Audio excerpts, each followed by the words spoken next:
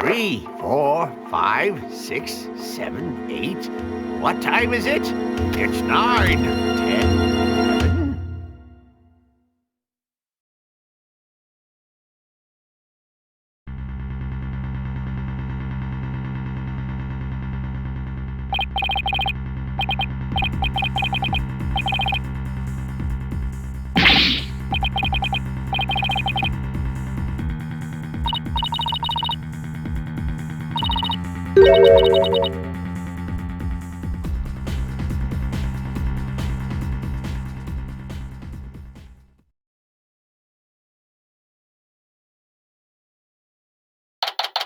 Sorry about that, everybody. Oh, God. That was hilarious. That was absolutely hilarious. You guys caught on to the fact that I was talking and I didn't have the microphone on. Why did that happen? I know exactly why it happened. When I set up for the intro, I wanted to make sure that nothing could interrupt the music from the intro, which is why I had the DS shut so none of that music could get in. So you only heard the music from the intro. Unfortunately, it seems that I didn't turn myself back on when I thought I did. That is my bad 120%. Are you guys hearing the game, though? Maybe you are, maybe you aren't. I don't know. The mysteries of the universe. Alrighty. May 13th, 9:45 a.m., District Court Defendant Lobby number 6. Because there's no differentiation between any freaking defendant lobby. What the heck? Who brings a defendant to his own trial late? Plus, the request was so last minute, I didn't even have a chance to talk with my client. He's late! He's late for a very important date!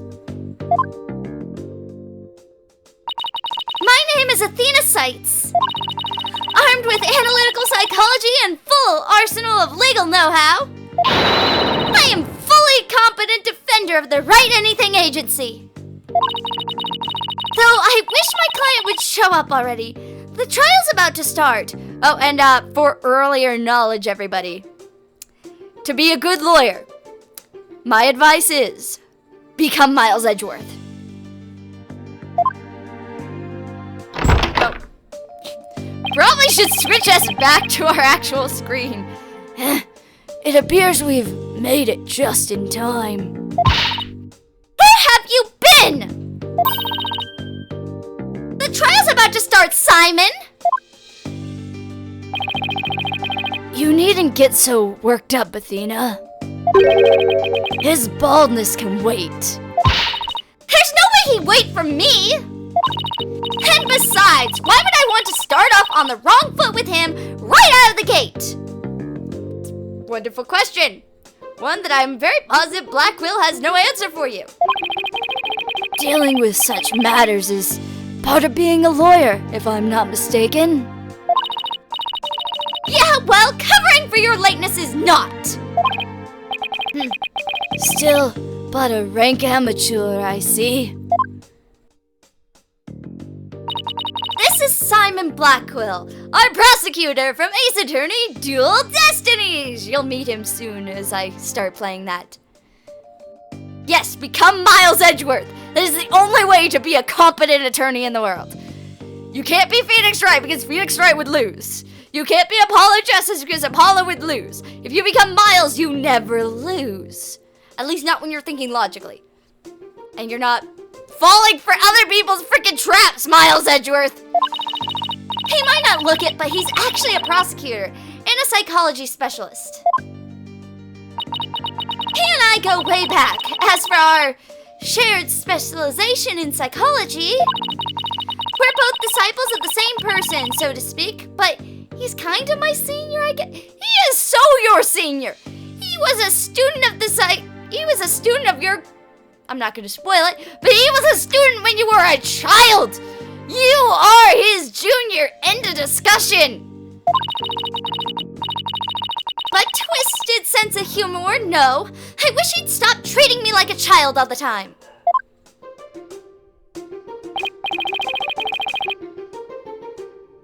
So, where are Wright Dono and Justice Dono? Mr. Wright is abroad and Apollo is helping Trucy with her magic show. Didn't I tell you? They're what? So neither one of them are here, leaving you to take this on alone? Yep. Ye gods. Call Wright Dono back. It's not too late. Oh no, not too late at all. He would only need to know how to teleport. He's the prosecutor for Dual Destinies. That's all I'm giving away. Anything else I give away, I know for a fact somebody's gonna call me on spoiler alert who has not played Dual Destinies. So, go buy Dual Destinies. Shameless plug of series that I am playing.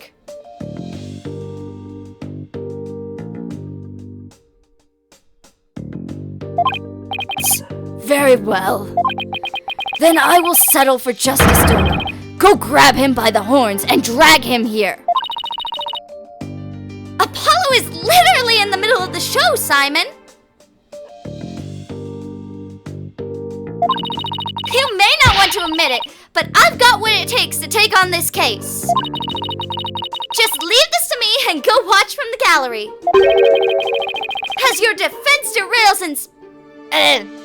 I am not paying attention to who's saying what. As your defense derails in a spectacular fashion. No, as I win the heck out of this trial. You will probably be getting Yokai Watch 3 during the weeks of Yokai, which are literally going to be following when Yokai Watch 2 comes out during the weekday. You guys are going to get at least a Yokai Watch video or more every day, and it's going to be between Yokai Watch 2 and Yokai Watch 3. Back on topic of the fact that we are in Ace Attorney month. I'll be okay, promise. So wipe that look off your face already, will you? Anyway, I take it the guy behind you is... Get ready, everybody. This is the worst impression I will ever do.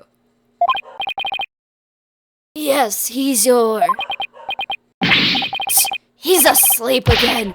Oi, Bucky, wake up. Ah! Ow!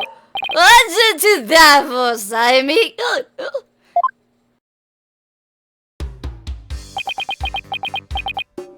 That's who's this yellow chickadee? She's your lawyer, such as it were. I'd say she's more green than yellow, however. Lawyer? She said don't look like it, does she? Is she like a fellow apprentice or something? Something like that. I've known her longer than I've known you. You could say we're bound to one another. Oh, okay. Well then. Guess I better call you Miss Jiggity then. Simon, this guy's not only rude, but he's, 3 sheets to the wind at his own trial.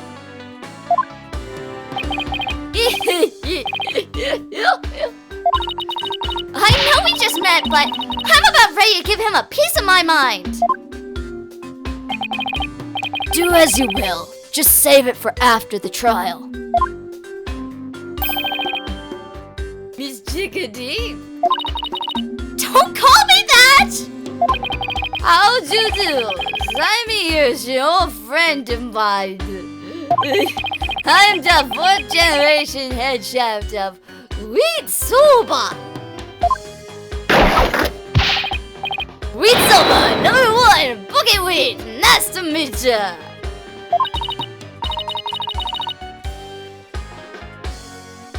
Okay, that's buffering very badly. I don't like that it's buffering that badly, guys. Hold on.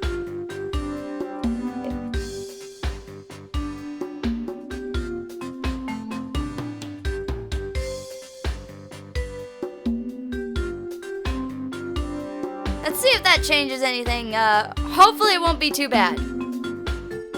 It's nice to meet you too, Mr. Wright. So he can pull himself together when he wants to. Grr. If only the trial wasn't starting in a few minutes. Having been accused of murder that only occurred yesterday, I'm afraid it's taken a toll on the poor boy. And you happened to be there at the theater when it all happened too, right? They said they found a Rakugo storyteller murdered in his dressing room. Indeed. The victim, master storyteller Taifu Tornado, was a longtime patron of Wit Soba. Master Tornado had been looking after Bucky ever since Wit number 3. Wit Noodle number 3 passed away. I see. So the victim was kind of like a father to the defendant, huh? That's real like a father? No way. He was always dishing my soba. How dare you speak ill of him? Running your mouth like that is why they suspected you of murder in the first place. Now, pull yourself together. Number 3 must be rolling in his grave.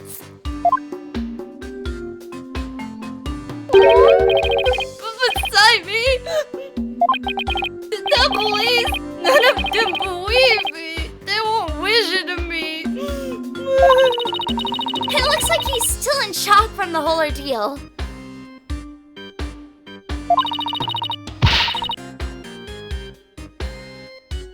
Don't worry, Mr. Wheat. Wit, everything's going to be all right.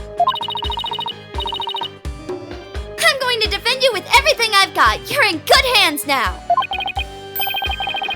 You mean you believe in me, ma'am? Of course! No matter what, I'll believe in you to the very end. Gee whiz, Miss Chickadee. Now, come on, I need you to shape up, just like all those al dente noodles of yours. Yes, ma'am. My soba is the freshest. Not on me! Not on me! Don't you dare do it on me!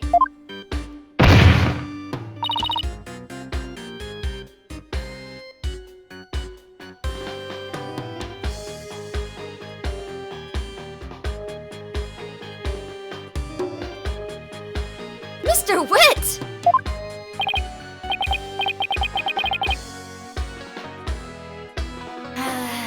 Bucky, you great big pillock. So, how exactly do you know this guy? I used to frequent Wit Soba, and still do, in fact.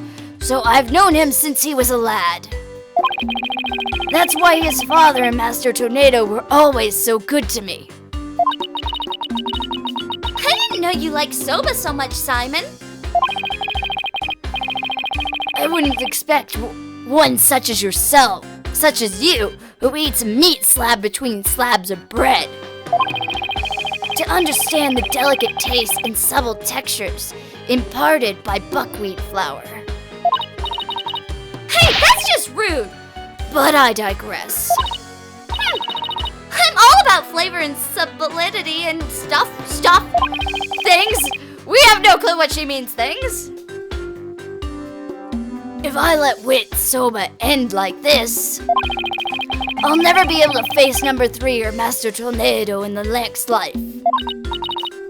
Ah, I see. And that's why you came to me! You wanted somebody you could trust. I'm positive he was not wanting you. It was never my intention to ask you. Grrr! I'll show him I can handle it just fine. Well, I believe it's just about time. What? But we haven't even properly discussed the case yet. What's the matter? You look nervous, Athena. Shut up! I'm sorry if I have no clue on what the hell is going on here! Don't tell me you're chickadeeing out. Simon, don't do that. Don't do that, Simon. Don't do stuff like that. No, don't do that. I am just trembling with the excitement of battle. That's all. Off gets. Let's do this. I apologize for probably butchering that language. Come on, Mr. Wet. Let's get off the floor. We've got a case to win. Yes, Miss Chickadee. I'm gonna do my best. Wet soba, wet soba, wet soba, wet soba, wet soba.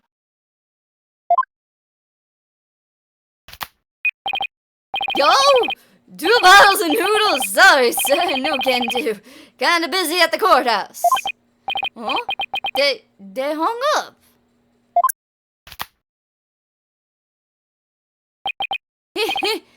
Okay, let's do this. He's not going to do himself or his case any favors like this, Simon. Maybe we should let him go get some rest somewhere? Let me rest? Ha! Maybe if I were a lump of regular flour dough for udon noodles. But I'm fresh like my soba. No, you don't let soba to rest. It's all about the 3 freshness. Grind the buckwheat seed fresh, cut the dough fresh, pull the noodle fresh. As I said, not on me! He's blacked out. Oh boy! I just knew something like this was gonna happen. Simon, what are these 3 freshes of soba he was talking about? First, buckwheat seeds or groats are ground to make buckwheat flour. Then dough made with this flour is cut into large rectangular knife into noodles. Blech. And finally, the buckwheat noodles are boiled. Each step is done immediately, one after the other, so that soba is fresh when eaten. Oh, so that's what he meant.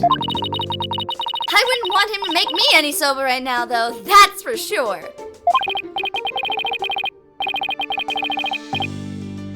Athena, this is no time for idle chatter. You need to get into the courtroom now. Just remember, as a prosecutor, I will be unable to lend you a hand. So don't expect any help from my quarter. There you go, treating me like I'm incompetent again. For your information, I wasn't planning on asking you for help anyway. I was! Simon, help me! Simon says, help me, Simon! Grr, just you wait, Simon, I'll show you. I want Simon in my corner, please. I would love Simon in my corner. Mr. Wright and Apollo may not be here, but that's all right. I can do this on my own. I don't think so, but hey! I'll give you a chance to do it on your own. May 13th, 9:50 a.m. District Court. Courtroom number 4. Seriously? We were in defendant lobby number 6, and now we're in courtroom number 4? Come on, people, keep up with it! Plus, why are you so inconsistent with my timestamps? Tell me that.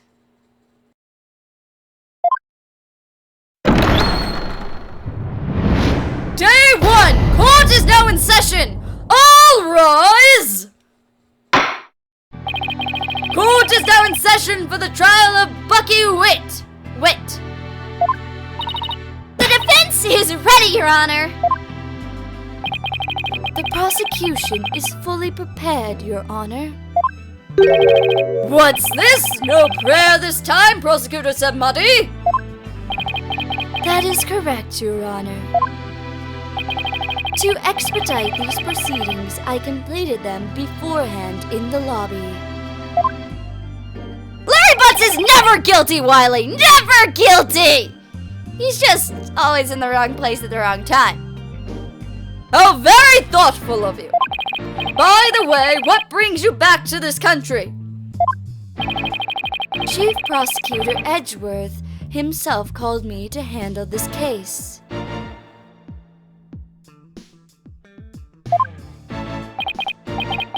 Courtroom number 4 may be blown up, Pikachu fan, But guess what? It's been a year! If you can't fix a courtroom in a year, I'm confuddled by your opinions. Besides, I have a debt to repay. And though my opponent is yet a callow thing, I have no qualms with sending her down to hell. Well, screw you too, buddy! Objection! If you have a score to settle, it's with Apollo, not me. But more importantly, I am not a callow thing! I am a qualified and capable attorney! Then what is that yellow attire, if not proof of your immaturity, you small spring chick?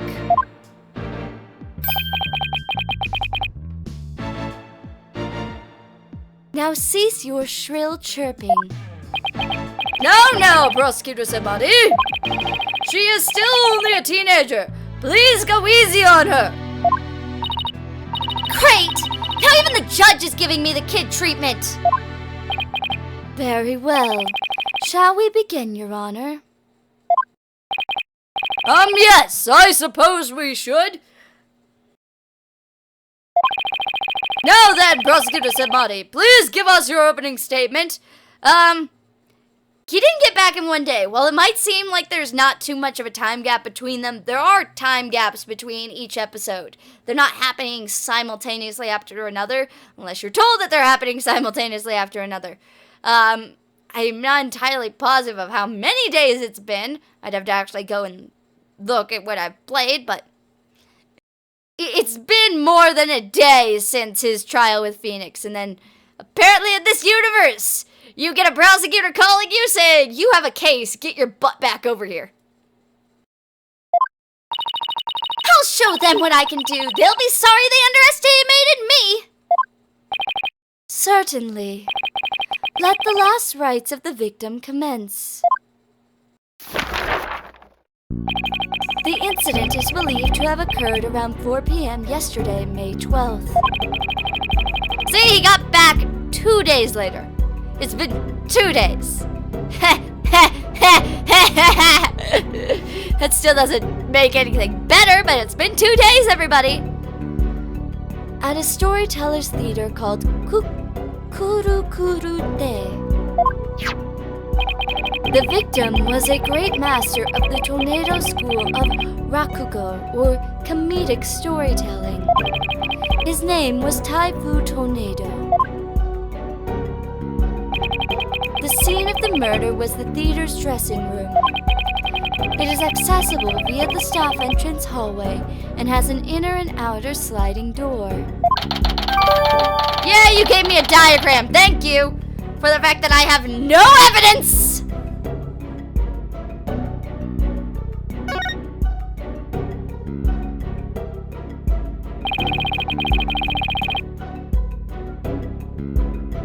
The estimated time of death is between 2 p.m. and 5 p.m.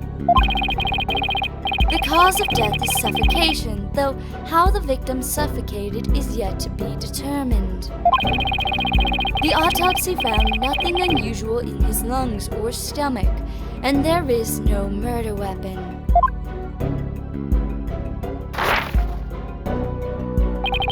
I will now submit the incident report to the court. Please do, because I have no evidence in my hand right now. And I like having evidence, everybody. Thank you for the autopsy report.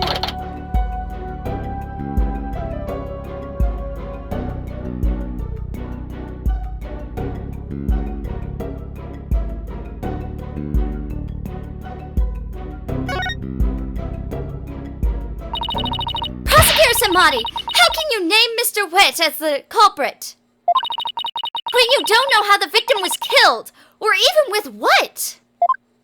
There's a wonderful question. You'd think you wouldn't try to accuse anybody of murder until you figured out the murder weapon. While it is true that the weapon and precise method are as yet unknown, the accused is the only one who had the opportunity to commit murder. Yep, that doesn't help us.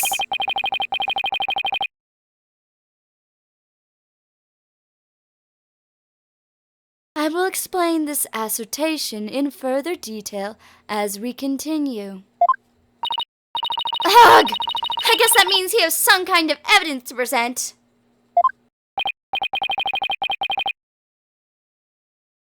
Now, would the accused care to plead his case? Nope, the accused is sleeping. I'm not letting you wake up the drunk man. Mainly because I don't need the court knowing that he is drunk off his rear end. I didn't say a bad word. Come to think of it, where is the defendant, Miss Seitz?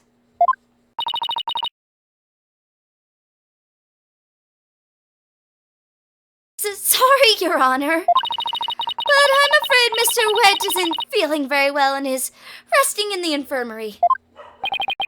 Surely it is the lack of a clear conscience that impedes him from facing this court. Not a clear conscience, but a clear mind, I would agree with. Great! Starting off on the wrong foot already. Mr. Witt is the head chef of a soba shop frequented by the victim. On the day of the incident, Mr. Witt went to the theater at the victim's request. Typhoon Tornado was a connoisseur of soba, as you can see in these photographs.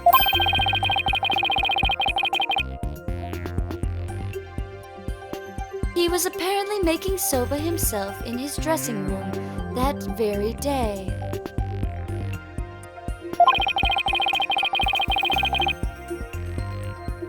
The soba found at the scene is likely the soba he himself made there.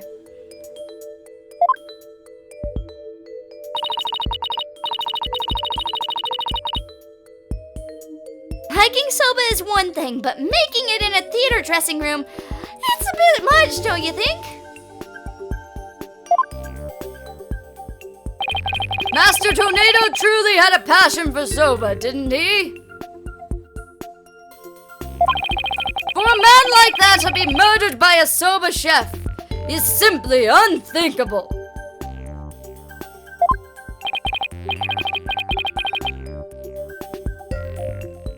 And yet, the accused had ample motive. For the victim's safe, we discovered the deed to the accused's shop. Mr. Witt was to inherit Witt's soba when he lost his father recently.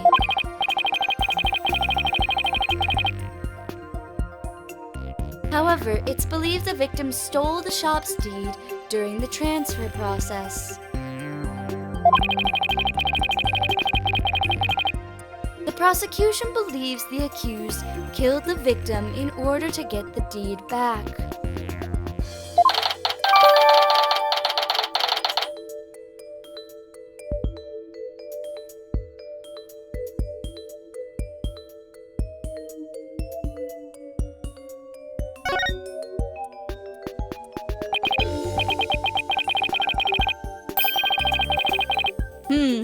A murder over a deed to a shop.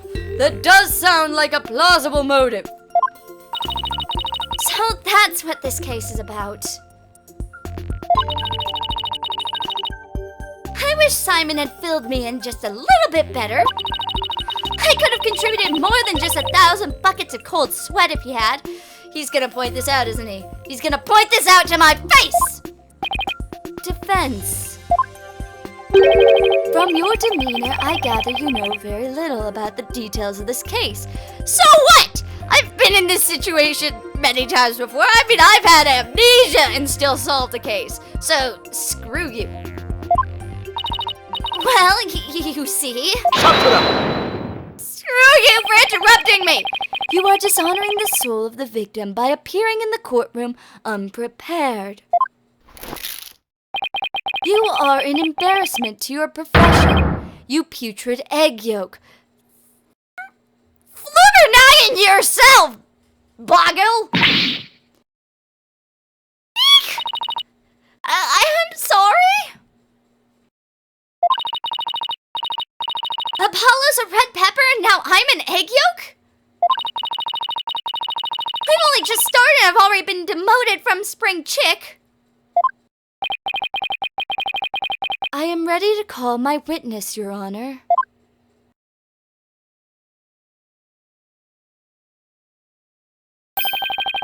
Just listen to the words of the one who was present when the crime was discovered. Someone who was there when the victim's body was discovered? Black Quill, am I questioning you?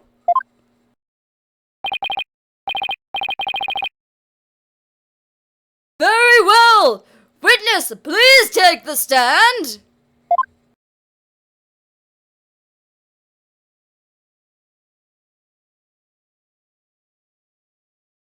I knew it! Damn it, Black Quill, you could have warned me!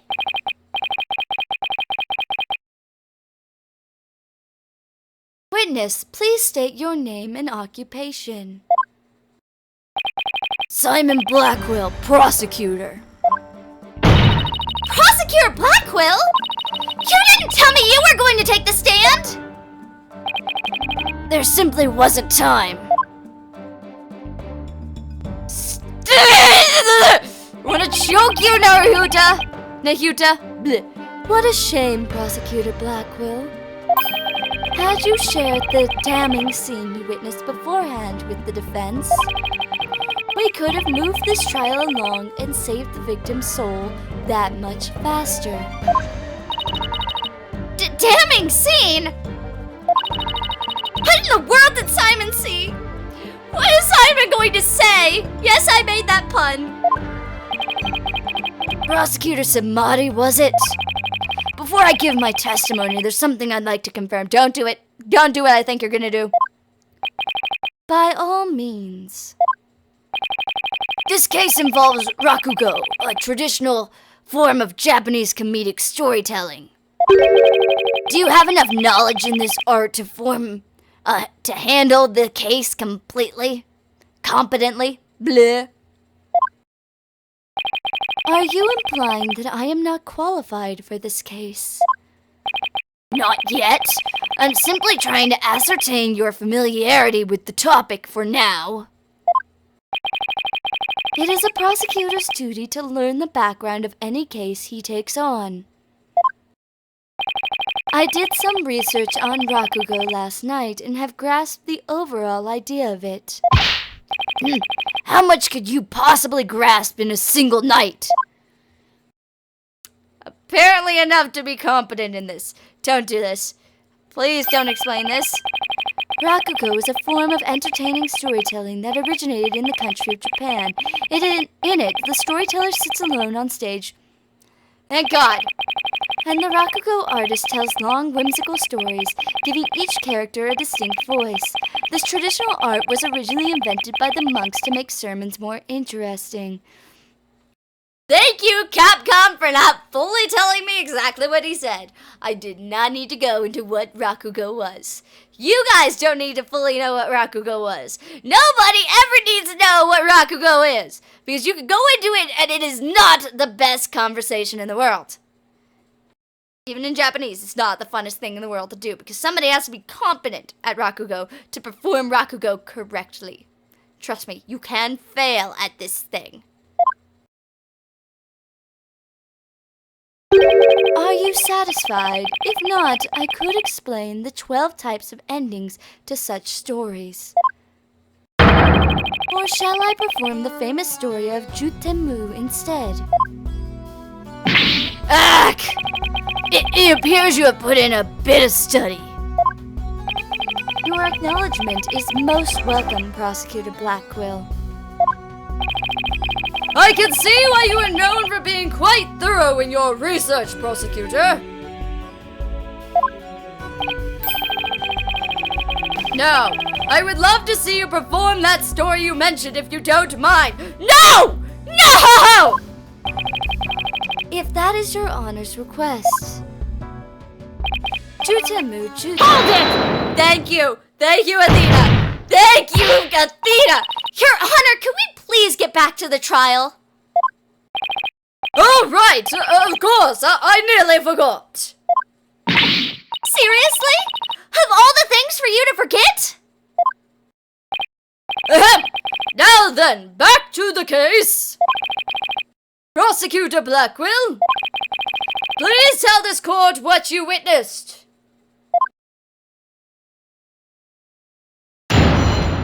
Witness testimony, everybody. Are you all ready? Let's get the popcorn out for the testimony. I went to the theater yesterday and arrived at approximately 4 p.m. I went straight to Master Tornado's dressing room to say hello. Bucky went to the dressing room thereafter, only to come storming out a while later.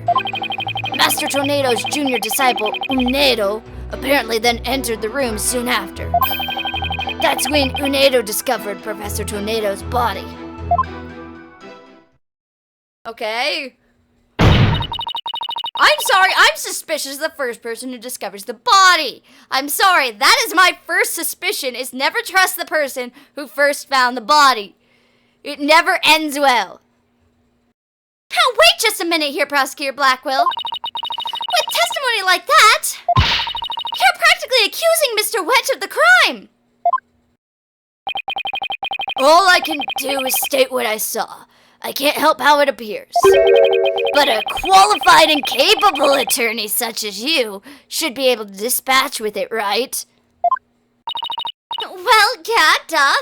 I don't see anything wrong with what you said. It gives me, again, 2 suspects. Because guess what? You never trust the person who discovered the body. I'm going to keep explaining that until somebody can actually prove to me that there's nothing wrong with him.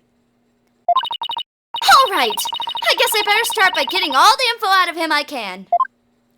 Yep, every bit of information, Athena. Every bit of information.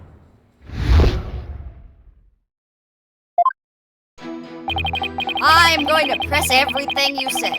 Number 1 is this. I didn't know why you were there. Why were you there? Prosecutor Blackwell, what did you go to the theater for in the first place? I went because I had received an invitation from Master Tornado. Here, see for yourself. It was a special show commemorating his junior disciples, Unedo's promotion. There was also an occasion to announce the boy's succession to the stage name of Unedo II. So what exactly does it mean to succeed to a stage name? This is a very Japanese concept, so I'm glad that they're explaining it for you guys, because trust me, this would not make sense if you were not Japanese and didn't know anything about Rakugo.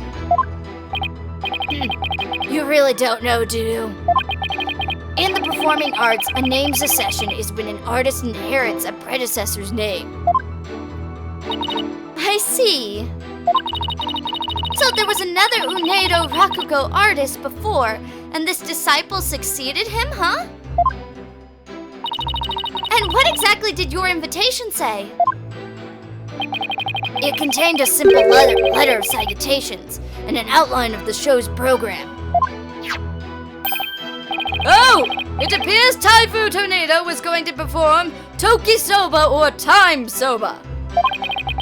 He's famous for his masterful pantomime of eating soba, using only his fan as a prop.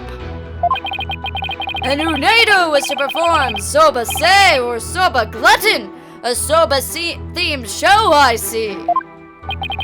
It seems you know a thing or two about Rakugo yourself, your baldness. The first to perform was the senior disciple, Geru, followed by Unedo. And lastly, Master Tornado. Do help me if I do butcher some names in this. I'm trying not to. I see, so that's why you happened to be at the Storytellers Theater yesterday. So what happened after you arrived? I'm just gonna press every single statement. Hold it! And how did Master Tornado appear when you said hello to him? I went with the intention of greeting him, but ultimately we didn't actually meet. You didn't see him? Why not? Geru escorted me to the dressing room. But we heard the sounds of Rakugo being performed from within. Thinking the master was rehearsing, we decided to wait in the hall till he was done. You heard Rakugo being performed in the dressing room? Yes, not just me, but Geiru as well. In other words, you can confirm that the victim was still alive at around 4 p.m. It doesn't confirm that he was alive, it just confirms that somebody was in there making some noise. Correct, but we couldn't hear him clearly through the doors. But I'm sure it was Master Tornado. I could tell because it was the timed soba routine being performed in there. Means nothing! Means absolutely nothing, Blackwell. So that means the victim was killed sometime after that.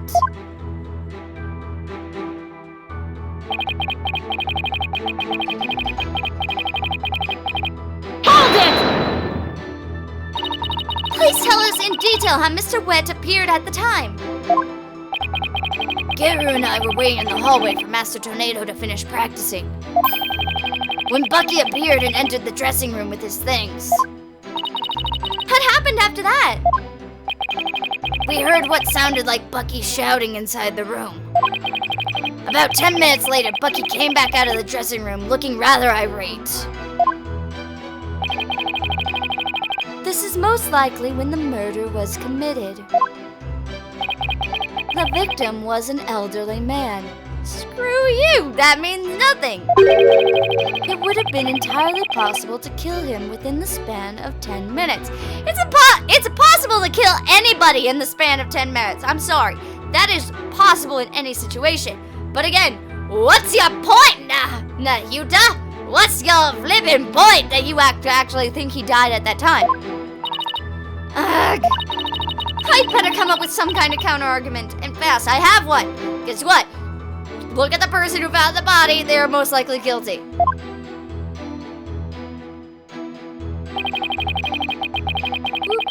Boop, come on, press! Hold it! What do you mean by apparently? Didn't you see him go in? No, I couldn't.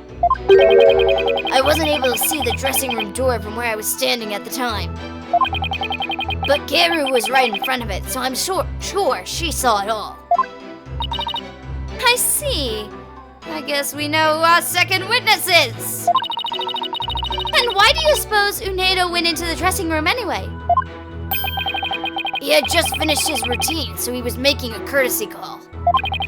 A disciple is to pay their master's respects right before and after each performance. And all the disciples are expected to do this? Yes, it is common courtesy amongst Rakugo artists.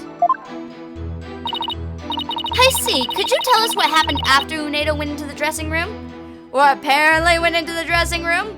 That you didn't see, so you are not a competent witness in this situation, so you cannot say that he went into the dressing room?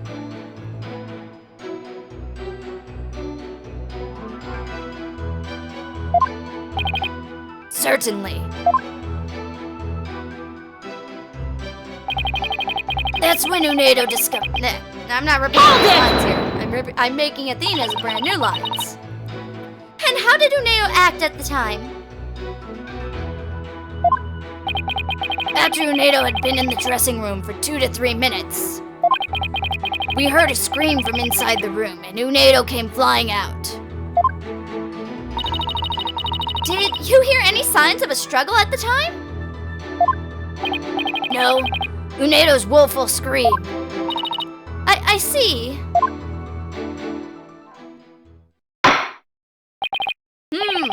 Well done, Prosecutor Blackwell. Your testimony has given us quite a glimpse into the sequence of events. Thank you, Prosecutor Blackwell. And now, please allow me to summarize your testimony.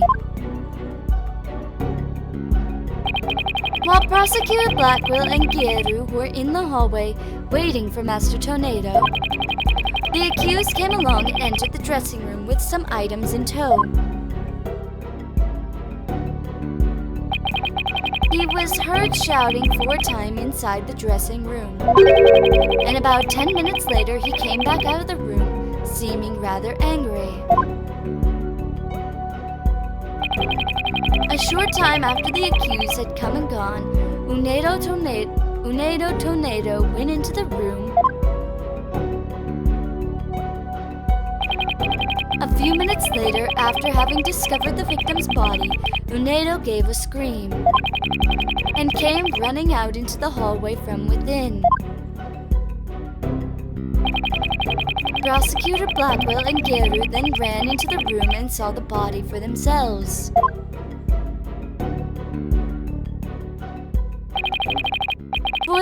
From the circumstances, it is quite clear that the accused murdered the victim. It is not! God, Naruhyuta, you really overlook a lot of things. Again, you never trust the person who finds the body. They are definitely the first one under suspicion. This is crucial testimony indeed.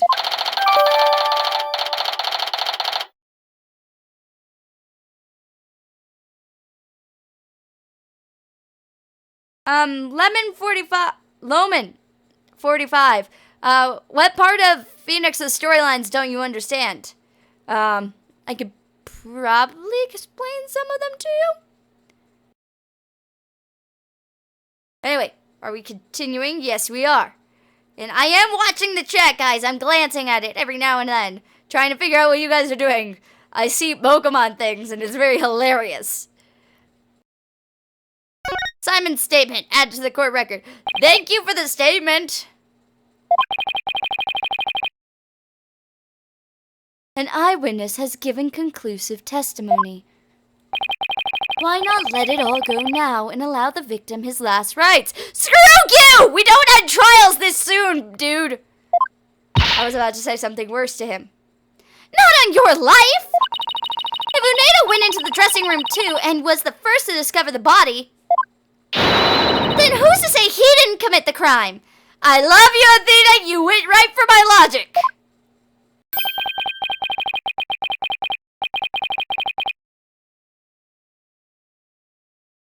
Unedo was in the dressing room for a mere 2, perhaps 3 minutes, and I know people who die in 5 seconds if you do something right. Try again. He could not have possibly committed murder in that time, nor without making any noise.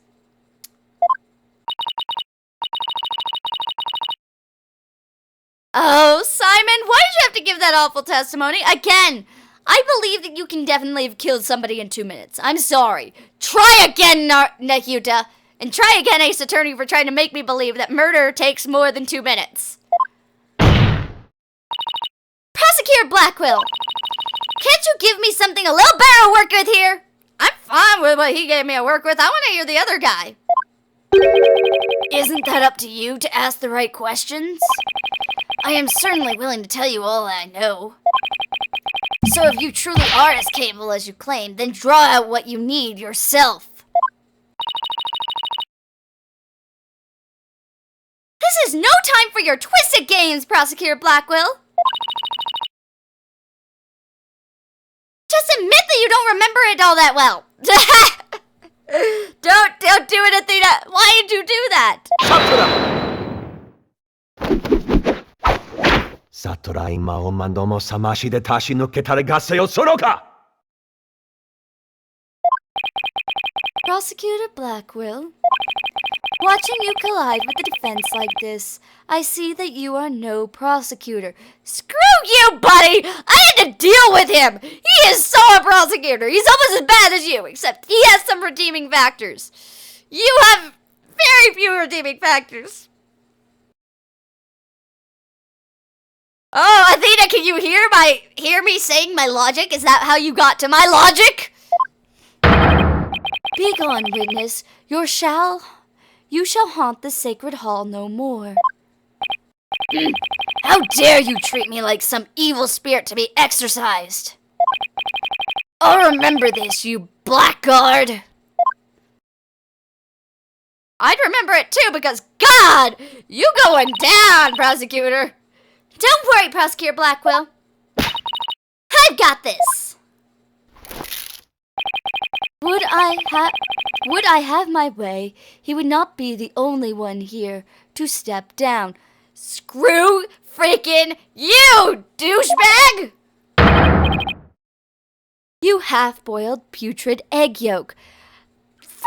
Stop adding things to my lovely description!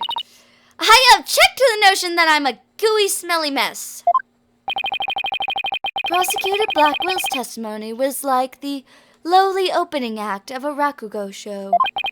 He may hold the title of prosecutor, but this time he stood on the side of the defense. Again, prosecutors do that sometimes. I mean, Edgeworth's done it for us. It's about finding the truth, Booba Bio. Do not try to understand what I meant by Booba Bio. No one wants to know what I mean when I make up language. Really, you don't want to know what I mean. To restore balance to this trial, I would like to present an actual witness for the prosecution. Screw frickin' you!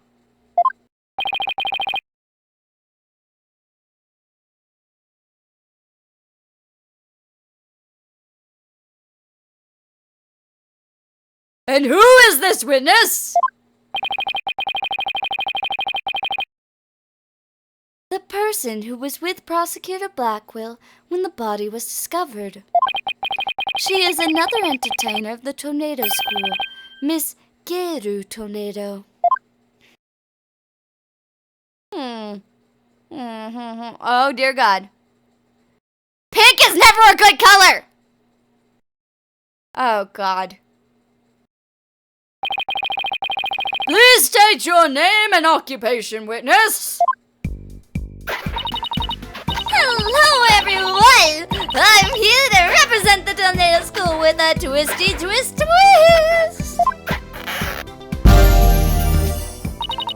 And boom! There you have it, a stunning balloon hat! It's me, the balloon artist you all know and love, Geru Tornado! Just call me Geru, sweetie. 1, 2, boom! I didn't need that in my life. What a way to capture your audience's attention! I dare say I can't take my eyes off those balloons. Please tell me you're talking about the hat, Your Honor. Oh, Mr. Judgy, I'm just so glad you like my performance. Dear God, what am I doing? What am I doing with this voice? Would you consider joining my fan club, Witty, please? Oh, absolutely.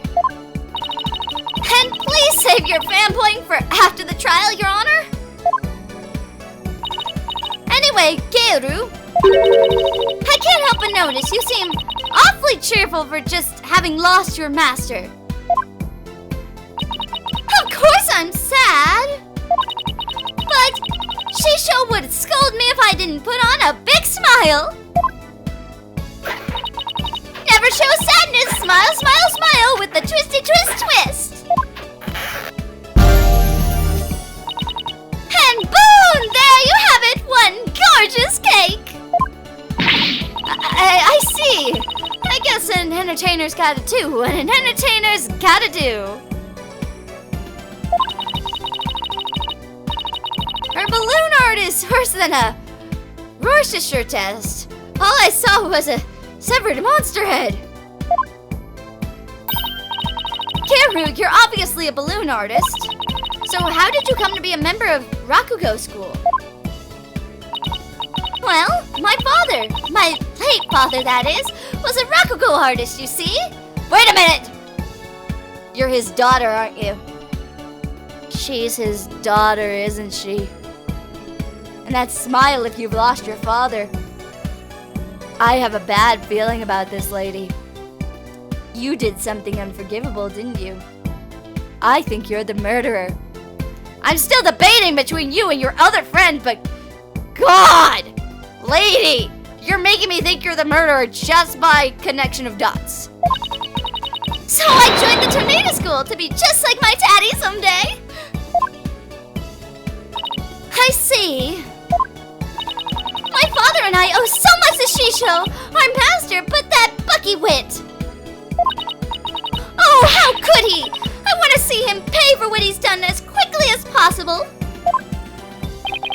Your distress is entirely understandable, and my condolences for your loss. And not only that, but You have more to say about Mr. Wet? Every time he comes to deliver soba to us, he yells at me. He always tells me to get away.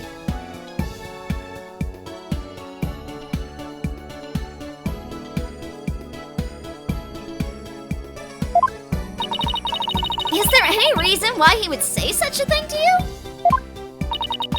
He says the smell of my perfume will get in his soba and ruin it. Like, how can he say that? This is a great scent!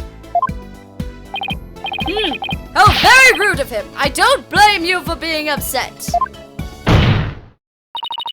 Excuse me, Your Honor, but please don't let Geiru's balloon bias your judgment. Mr. Wet hasn't been proven guilty yet, remember? It will be interesting to see how long that fire of yours will last, defense. My fire's gonna last a long time, Prosecutor Nahyuta. You're gonna die before my fire goes out. Let's get this started.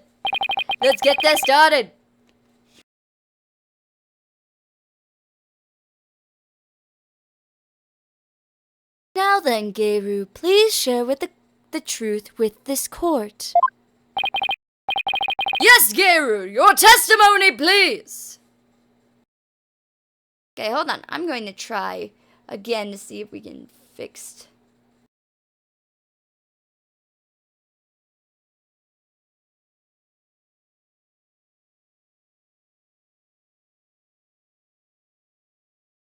Hopefully that helps with the buffering just a little tiny bit.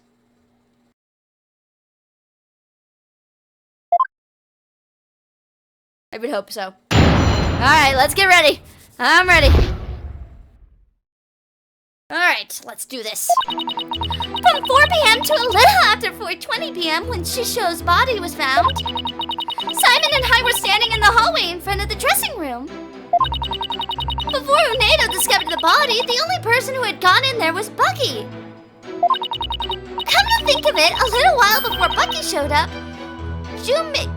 Jugemu was barking like mad.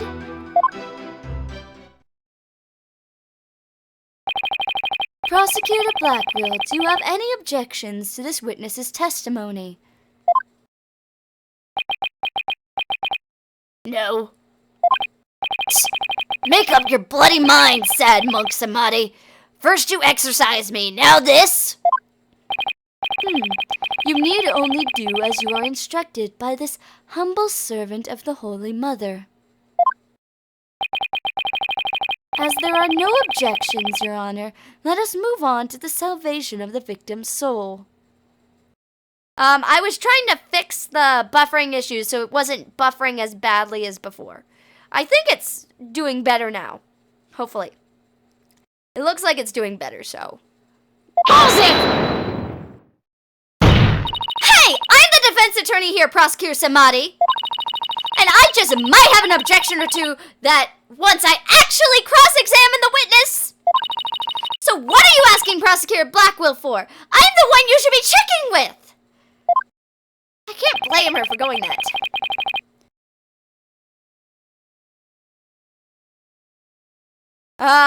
We don't know how long this could go for.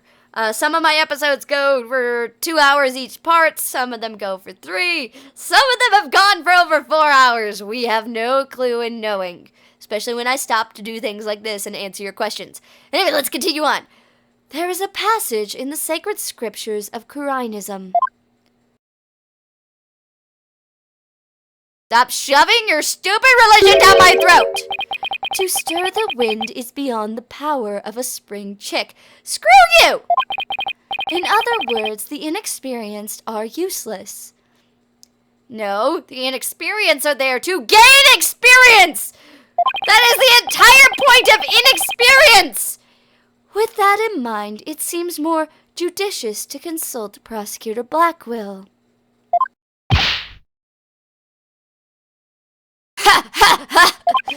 He doesn't even see you as an adversary, Sight Stono. Well, I won't let either one of you insult me. I'll show you I'm no inexperienced spring chick. Well, you got me behind you, Athena, and I'm definitely not an inexperienced spring chick, so I think we'll be okay. Your Honor, I'm ready to cross-examine the witness. I hope you can make Prosecutor Samadhi see you as a worthy adversary, Miss Sights. I'll allow your cross-examination, so you better strike while the iron is hot. You had to allow my cross-examination. There was no point where you would not be allowed to give me my cross-examination. I have to cross-examine the witness. That's how this works, Judgy boy. Do not try to put that kind of logic in my head.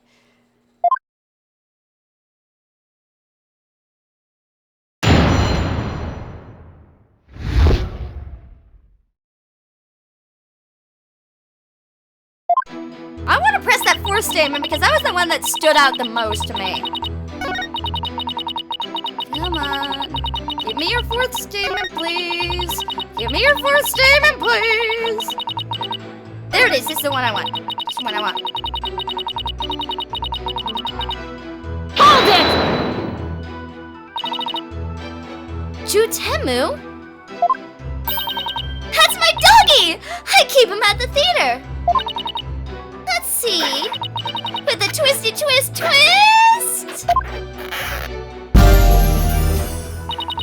And boom! There you have it, my cute little Jugemu! He's kinda creepy looking. Oh, but he's a really, really good boy! And why was Jugemu barking? Do you think it's because he saw someone suspicious? If so, then we'd have a new suspect in this case. Why was he barking again? Oh, I remember! Because it was time for me to feed him! So I went to his yard and gave him some food. Could somebody have slipped into the dressing room while you were doing that? Nope! The door out to the yard was wide open. I would have seen if anyone went outside into the dressing room.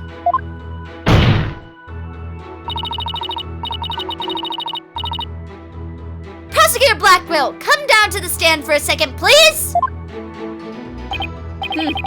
How many times must I do this? As many times as I freaking need you to! You saw what Geiru was talking about, right? So why didn't you mention it before?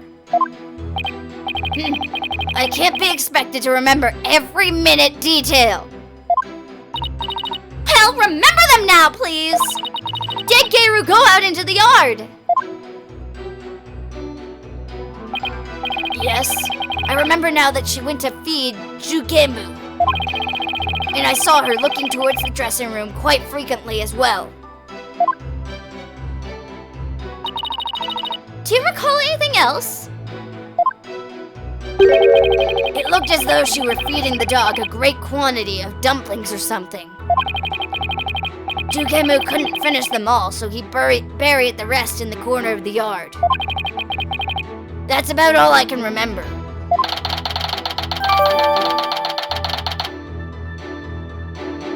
I tried once to use the microphone, it doesn't work that well.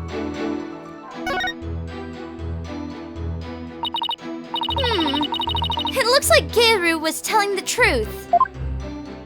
So you say. Your Honor, I'd like Geiru's last statement added to her testimony. As you wish, defense.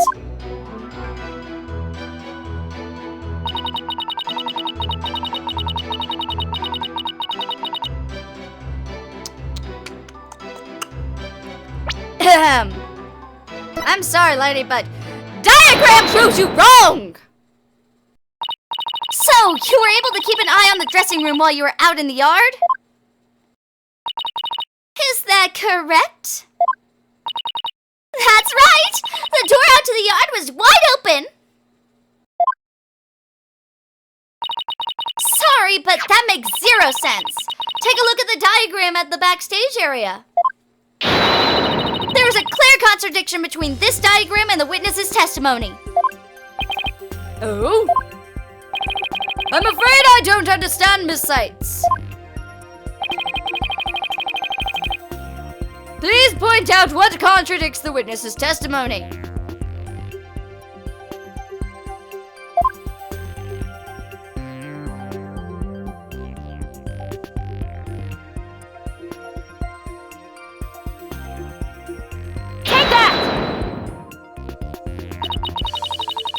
Was in the yard near the doghouse. Prosecutor Blackwell even saw her there. And while she was out there, the door to the yard had been left open. Ah, I see!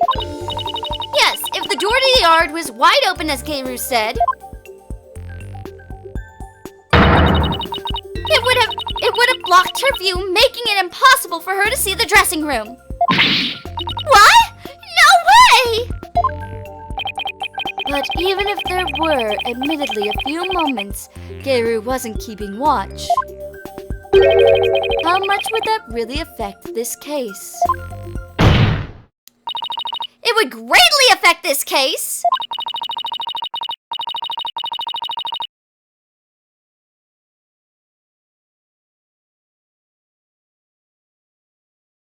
From the spot Prosecutor Blackwell stood, he couldn't see the dressing room door either. Anyone could have entered the dressing room during that time without being seen. I'm sorry for that loud eek. Keiru, why did you try to hide the fact that you weren't watching the dressing room? What? Objection! Damn it, Blackwell! Oh, it's Nahuta. Blech. I keep getting confused when people yell objection at me. Hide the fact? You speak as though you think she had something to do with the murder. I'm starting to think so. Did you not see me connecting my dots earlier, Nahuta? Guess what? I can connect whatever dots I want because I don't believe in the God Holy Mother. Rather than deliberate deception, it was more like a simple oversight. Right, witness? Well, You cannot give her an out, Nahuta. I was so shocked by what happened. I was just confused, that's all. Even though she is trying to keep up a brave front as an entertainer, the truth is that she is being torn apart by the grief. For her mind to be in turmoil is hardly unexpected. Yes, it must be very difficult indeed.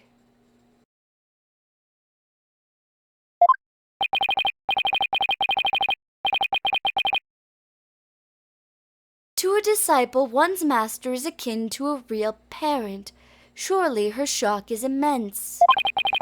The way this lawyer tries to pin the blame on this poor soul in the first opportunity.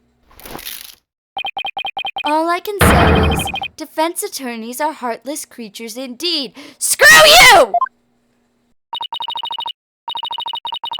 I will when the moment is right. But that wasn't what I was trying to do. Is it beyond your comprehension, defense? Your unskilled argument is scarring this witness even further.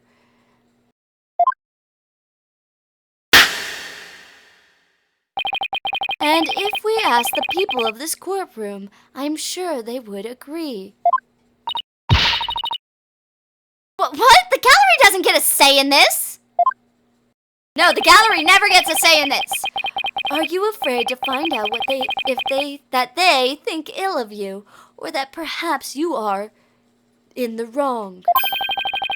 Listen to them now with that keen sense of hearing you are so proud of. Screw you! You cannot do this to her! Oh, God. It's harsh. She didn't have to go that far. I feel kind of sorry for that witness. And why is that lawyer's outfit so yellow?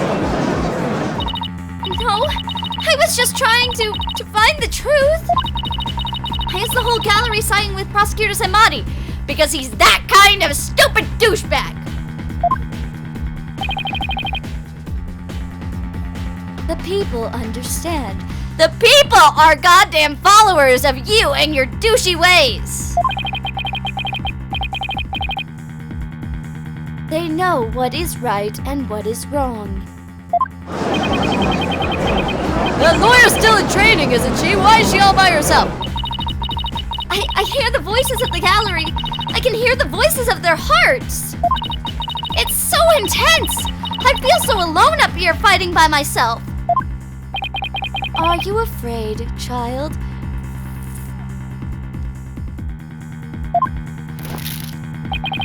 It is ludicrous to come to a trial with such paltry preparation of the soul.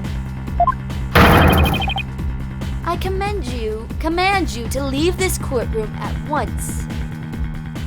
Well, screw you!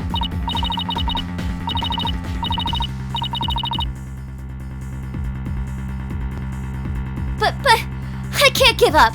I have to keep pressing on. As long as there was a moment when nobody was watching the dressing room door, the defendant can't be convicted solely on Prosecutor Blackwell and Garu's testimonies. Even now you will continue to resist. You are childish in defeat as well. Fish sandwich you! I ain't saying a bad word, but fish sandwich you! Just because I need to say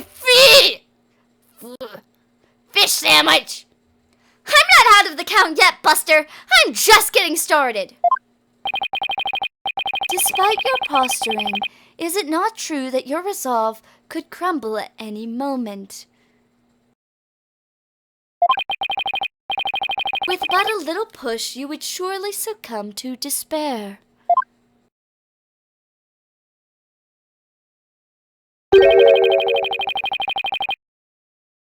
A little push such as with this piece of conclusive evidence. Why did you not bring up this apparent conclusive evidence you had before now? You goddamn flubbernoggin' finger flapper! Conclusive evidence, huh? That is correct. We found a crucial piece of evidence at the scene of the crime. The victim's dying message, which clearly implicates the accused, Bucky Witt.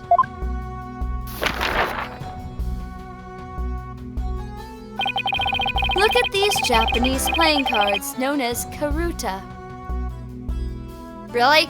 Really? We're using playing cards to say that he was calling out the name of a defense? What the hell? This is not Detective Conan here, guys. This is not case closed.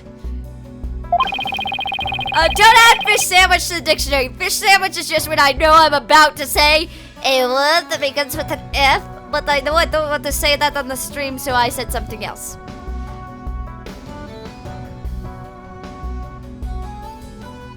These special English version karuta cards spell out a message. That message, wet number 4. Wet number 4? You mean wet noodle number 4? Yes, wet noodle number 4, as the fourth head of chef of Wit Soba, also known. This message points to none other than the accused, Bucky Wet. No! Why didn't you give me this at the start of the goddamn trial? You flubbernoggin!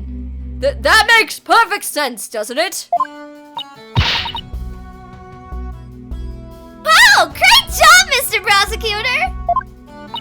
Oh no, this is really bad. What do I do? What do I do? You proved that he was not the one to leave the message. God!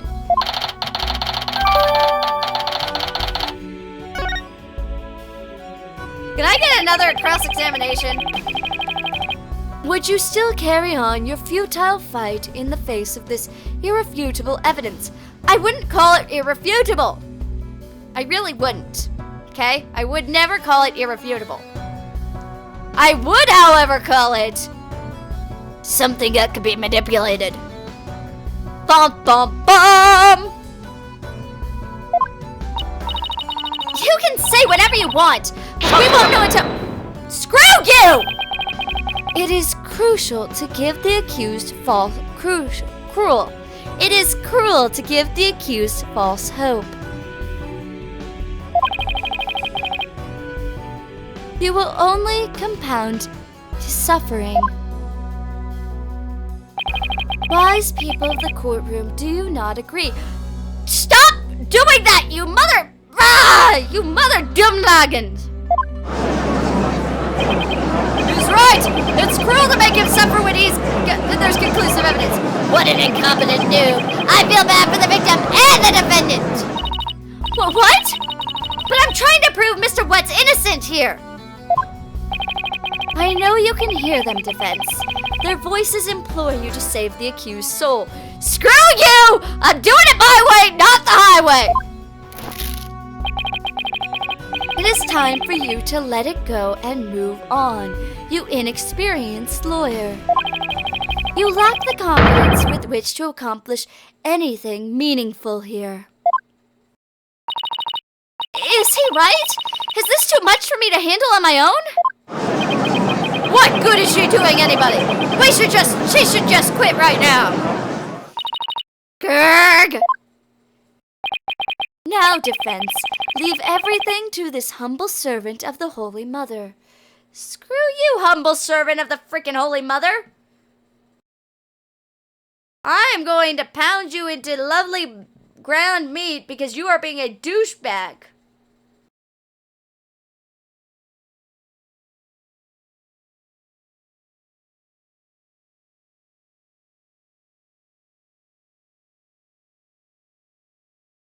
Silence! Yes! Yes! Yes!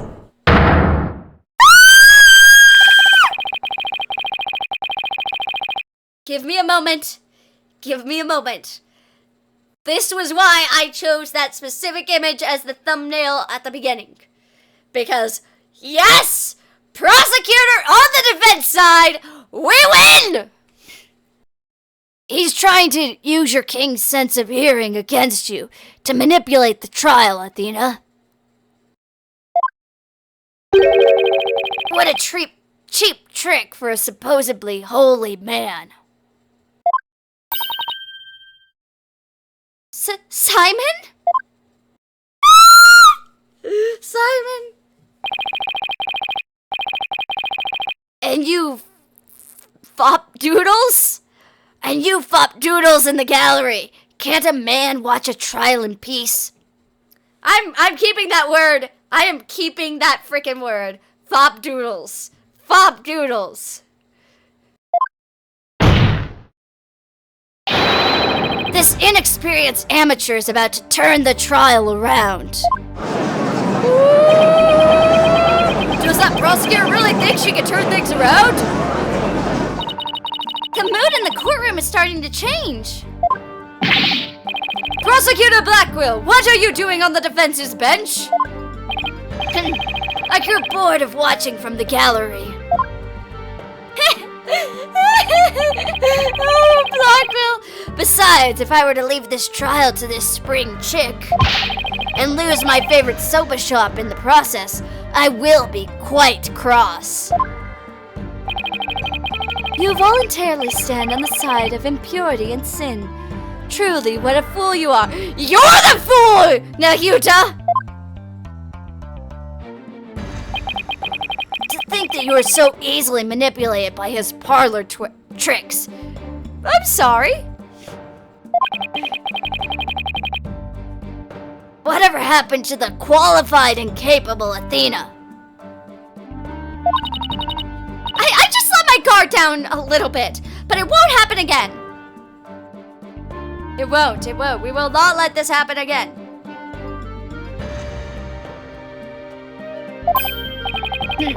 Then gird up your loins and steel yourself for battle. I'm not girding up anything in this skirt. But I am ready to get serious. Screw you! It seems there is yet another soul I must cast down into hell. I was in prison for a long time. And hell sounds no worse than a cell, to be honest. Ah, but the fires of hell will not be the end of your suffering. For the sin you have just committed, you shall surely be reborn as a panda in your next life. Are you trying to state something here? And white and black, reversed panda, that is. What's a reverse panda?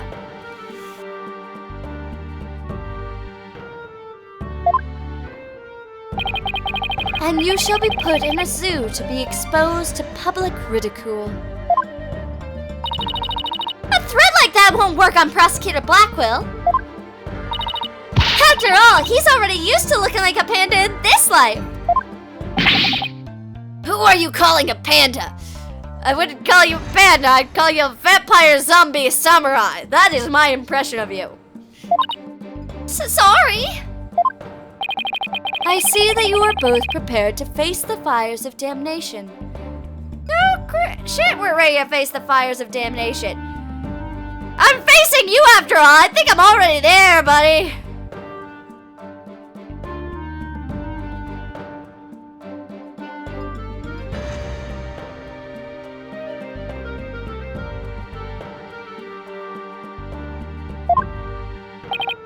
Geru, thank you for your service.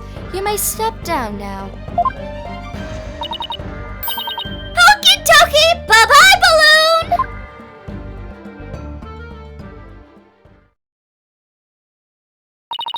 Does everything have to be about balloons with her?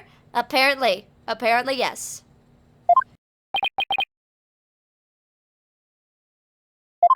Now then, I have a witness prepared to testify about the Karuta cards.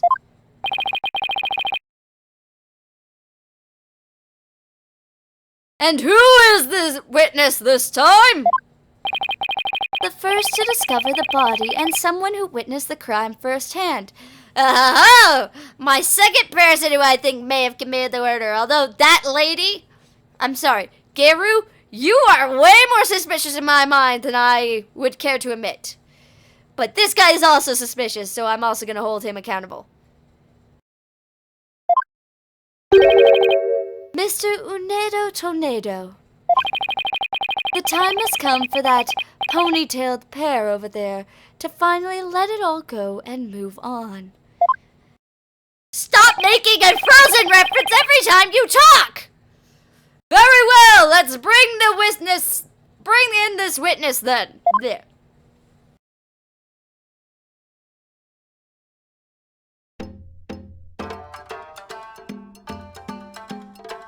Oh my goodness. You look so traditional, it's fun. It's like in comparison to her, he actually looks like a Rakugo kind of person. Witness, please state your name and occupation. I am the Rakugo storyteller, Unedo Tornado. Even if my performance isn't worth watching, I will certainly watch my words. I wouldn't want to say anything thoughtless and get arrested. After all, that would be a Raku no no. Okay, bad puns. Thank you, everybody. Good night. You're a Rakugo person. You are so a Rakugo person. I can see it now. Perfect characterization. Hold it! There! I slammed the desk, everyone! You happy? You can't leave yet. You only just introduced yourself. And I'm not liking how this is looking.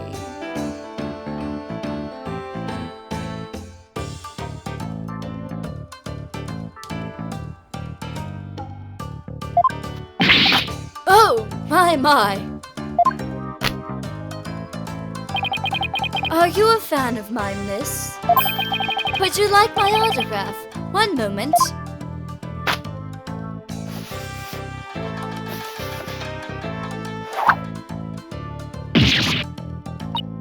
Ow! Why didn't we get to see the fan hitter?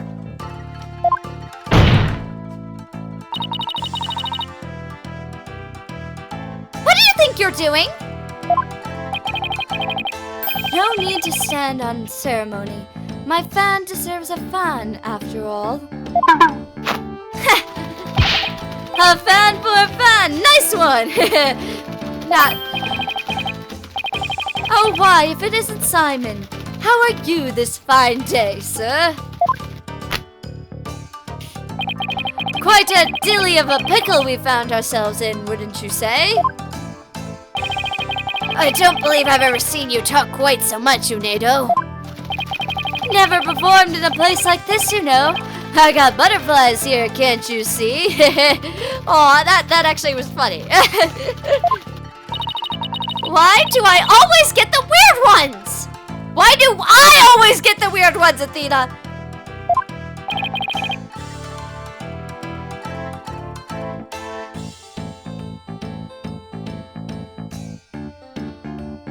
Pardon me, witness. As much as I enjoy your banter, I believe we had better return to the case at hand. Ah, I suppose you're right. In that case,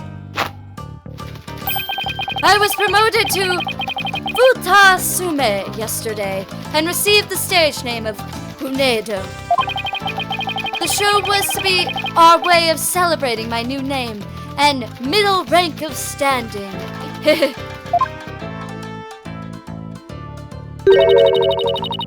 And then that happened.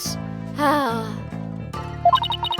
I never dreamed something like that happened. Not in a million years. And just as I got my chance to start repaying my debt to Shisho, too. Hold on. Since apparently you're gonna show me, like, the cards. That doesn't look right.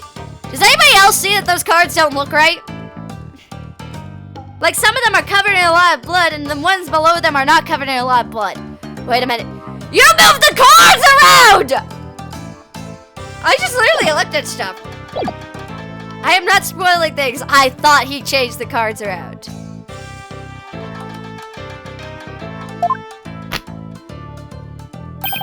Yeah, plus, I'm worried about Geru. The way she clung to Shisho, poor thing. I told her to keep a stiff upper lip. Stiff like a rigor mortis. That was bad. That was bad. Do not say crap like that. Keep telling those lame jokes and Shisho will come scold you from the grave.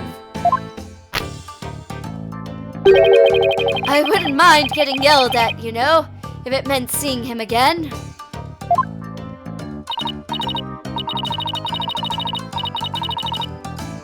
Tornado, please, as charming as your various characters are, this isn't a Rakugo stage. Let us hear your testimony now, witness.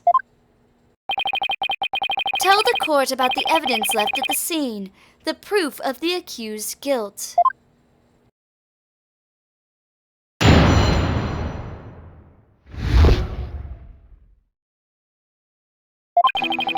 I noticed Shisho's dying message right away. The stiff cards were right there next to the stiff, you see. Hey now, enough with the silly puns already. Anyway, I got the meaning right away. I knew it must have been talking about Bucky. That was the master's final message, left as he was drowning in soba broth. It's so like Shisho not to write Bucky's name outright. Plain and simple wasn't his style. The fact that you just said he was drowning in soba. Dun dun dun, it contradicts our fact of how he died. It contradicts the fact of how he died. The variety of characters performed by the witness was absolutely splendid. I'm sorry, guys. I'm not making multiple voices for him. I'm not doing it. I barely can keep one voice per character. Let's not try to have me actually doing multiple voices. There was a reason I didn't do Rakugo style. No, Unedo is a guy, but he's playing different characters like a Rakugo would in different situations, only using his fan and his actual composure to separate the characters from one another. But he shouldn't be performing any characters in the first place, Your Honor. And Unedo, the murder weapon hasn't been determined yet. So how can you say the victim was drowned in soba broth? Thank you for listening to my logic, Athena. It's obvious. All you have to do is look at the crime scene. He was found with his face shoved in a bowl. It's only natural to assume he was drowned in the broth for the noodles. Except we're not here to assume things, Unedo, so please stick to just the facts. My, it's so like a soba chef to kill someone this way, wouldn't you say? And with the Karuta message he left behind, it's clear Bucky Witt did it. Setting aside the issue of murder weapon for now, that dying message certainly seems to be irrefutable evidence. I'm going to show you how refutable it is, Judgy Boy. Just let me talk. Indeed, it proves the absolute guilt of the accused. Ugh! Even I've got to admit that I can't see how that message could mean anything else. Bucky used soba for the deed, all to get back the soba shot deed. That's actually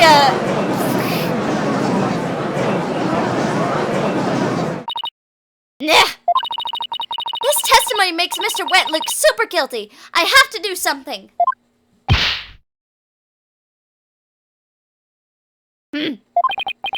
That's his conclusive evidence. What a farce. What do you mean, Simon? What's this? I thought you said you weren't planning on asking me for help. I want any help I can get, Simon. That is always my opinion, is I will take any and all help you can give me. I did, and I won't. Thank you very much. Simon must have found an inconsistency in the testimony. I'd better listen carefully and try to see what he found.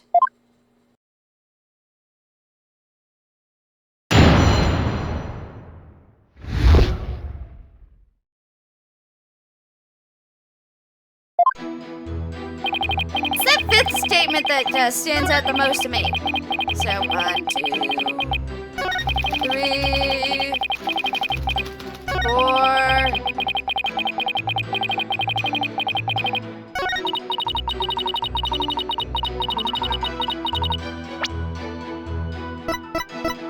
Objection! There's a contradiction in Uedo's testimony. And would you care to explain where, Miss Seitz?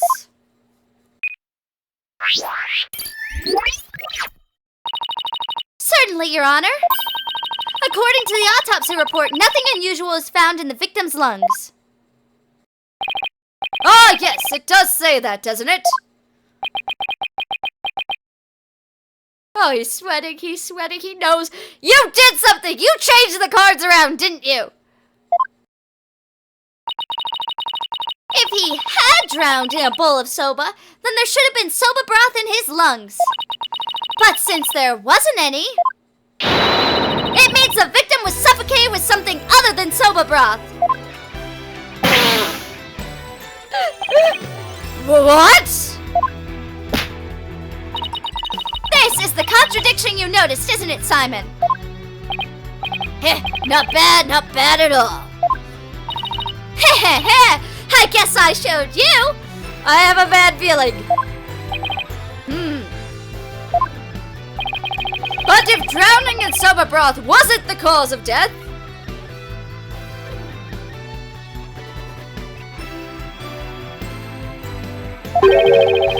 Then what was the victim's face thrust into that bowl?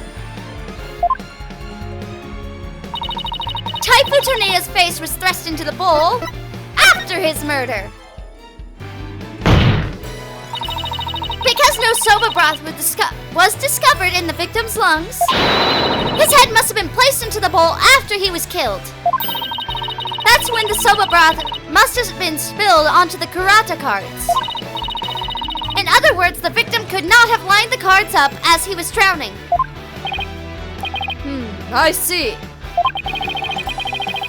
So it was done after he was already dead. But why would the culprit do such a thing? I'm afraid I don't know yet. Objection! Screw you! I was on a roll!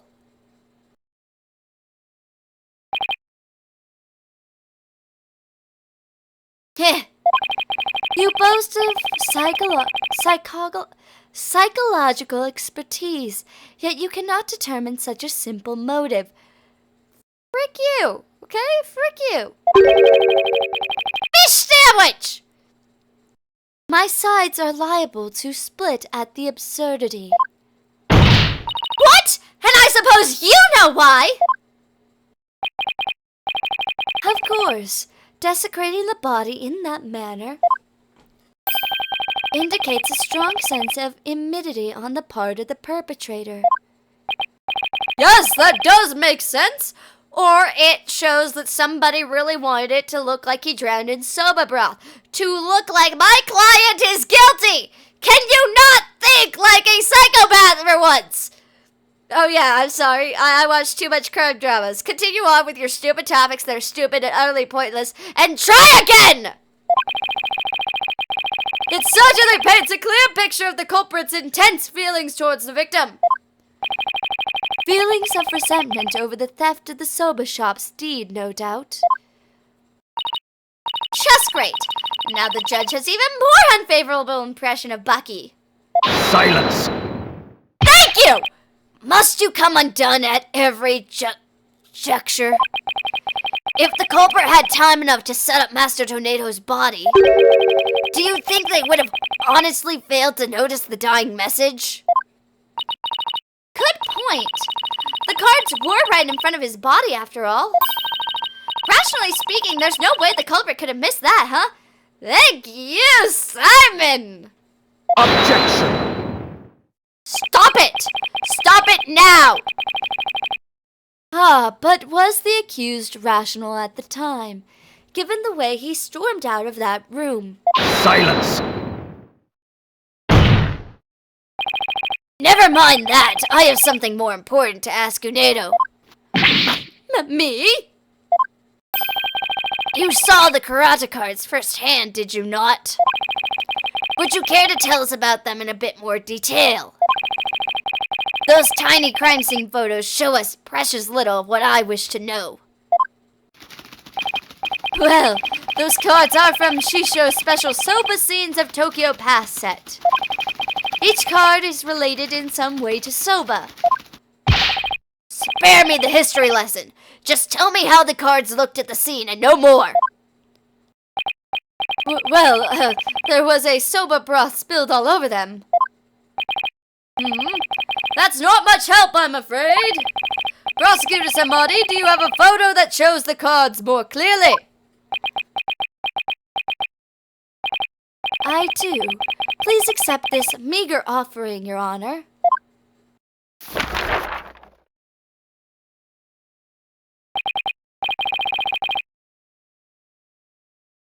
Oh god, I remember this game.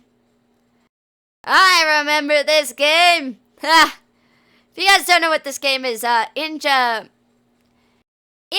they've got a little card game where they've got hiragana words or kanji words on these little cards, and you place them all about, and you have somebody who says a word, and you have to hit whichever character is the first letter of the word that the teacher had said.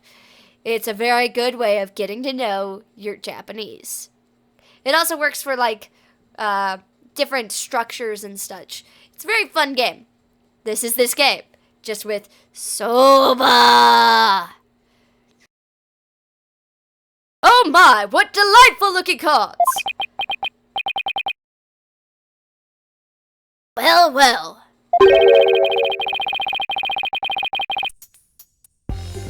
Tearing Prosecutor Sad Monk's conclusive evidence apart should be a breeze with this. As I said before, look it! Some of the cards are not where they should be because of the staining. So, someone tampered with my cards. Someone tampered with my evidence! Huh? Don't tell me you haven't noticed. Don't be silly, of course I have. Wink, wink, nudge, nudge, Athena! You have to listen to me! Somebody tampered with the cards, remember? Not noticed anything, but I can't exactly say that now, can I? Boop, boop, boop, boop, boop, boop, doo, doo, doo. We're moving cards around. Miss Sights, do you really see a problem with the prosecution's claim about these cards? Well, go on then. All right. It's do or die. All I have to do is stay the picture and... These cards were rearranged. These cards were rearranged. But how could you tell? Please take a good look at these cards, Your Honor. The answer is right in front of us. Where exactly should we be looking, Miss Sights? Please focus your attention on the soba broth stains on these cards. The outline of these stains don't match up with the larger stain on the table. Oh, would you look at that? You're absolutely right. And? Please recall that the soba broth was spilled and got on the cards after the murder? When the victim's face was placed into the bowl? Yes, go on. By the stains, we can see that the culprit deliberately rearranged the cards after that. In other words, this message was altered in order to pin the crime on my client. What? Then, if we put the cards back in their original positions, we can restore the evidence and see who these cards were really pointing to. I still think it's utterly fake as crap, but hey. That's just because dying messages sound horribly fake. That's true, Especially ones that are complicated like this one.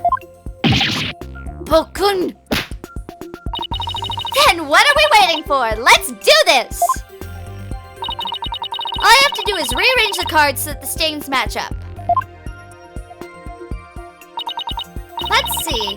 Where was the W card originally? Can I please have my control? Thank you.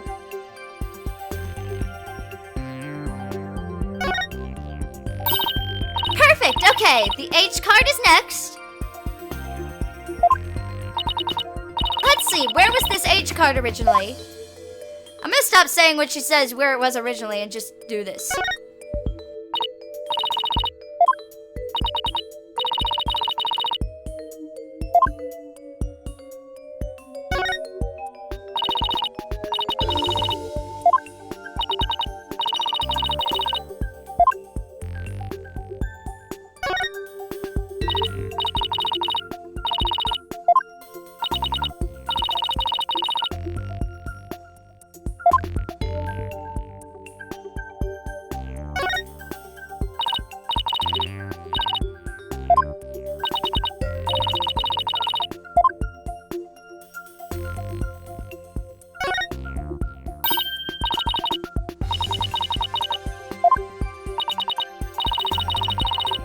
Really? You're gonna ask that? There's only one spot! Take that!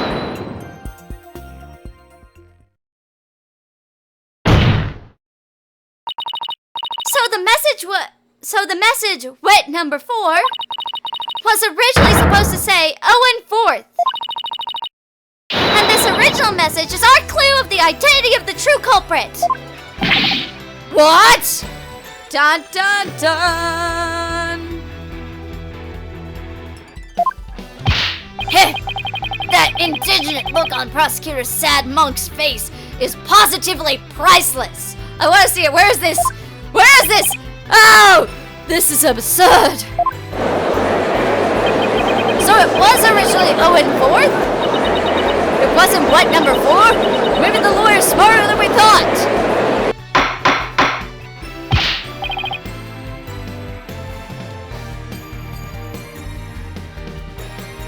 Order in the court! Well, I never would have imagined that there was more to these cards than meets the eye. There's always more to everything than meets the eye. Tell me if you get what pop culture reference I just made there.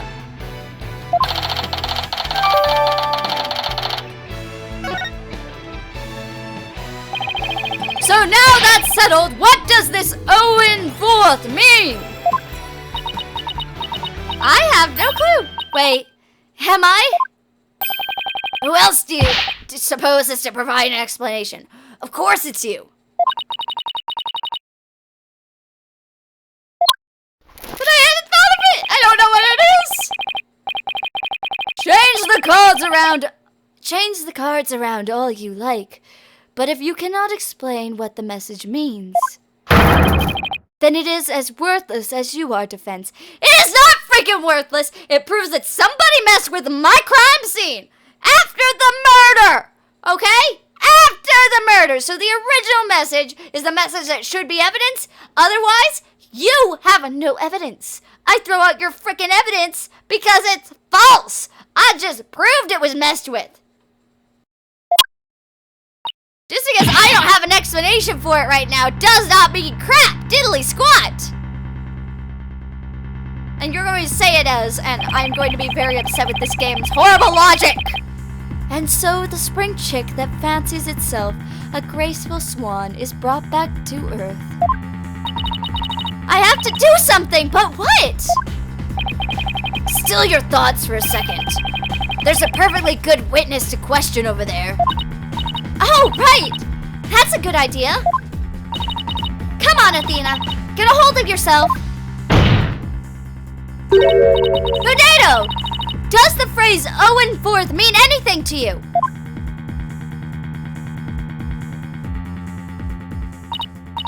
No, there's no one named Owen in the Tornado family, or our circle of friends. Go ahead, ask anybody you like. You can't be serious. Having rummaged through your empty mind, I see you have, as expected, turned up nothing. Fish sandwich on you! Silence! I'm afraid I have no idea who the devil this Owen 4th is either. But the fact remains that the cards were rearranged to pin the blame on Mr. Wet. That, in itself, proves that the defendant isn't the real culprit. Thank you! Oh my god, thank you, Blackwell, for listening to my goddamn logic. Prosecutor Blackwell is right. Besides, the important question here is not who does the message point to, but rather who rearranged the cards? Why didn't you point that out earlier if you already knew? I didn't! She didn't! She had to listen to you, who was listening to me. So sorry? In any case, there were 2 opportunities for someone to rearrange the cards. The first was when Mr. Wet entered the dressing room, and the second was when Unedo discovered the body. Are you accusing me of rearranging the cards? Yes, I'm accusing you! Me, who came to testify out of the goodness of my heart? You see, I find that people who testify end up being people who committed crimes. Wink, wink, nudge, nudge, punch, punch.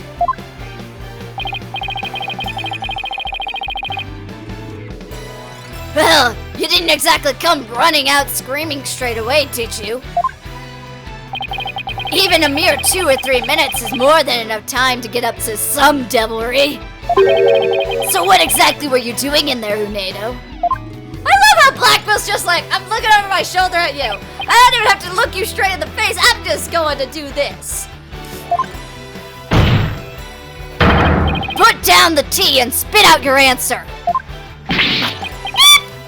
Mr. Prosecutor, what's a guy supposed to do at a time like this?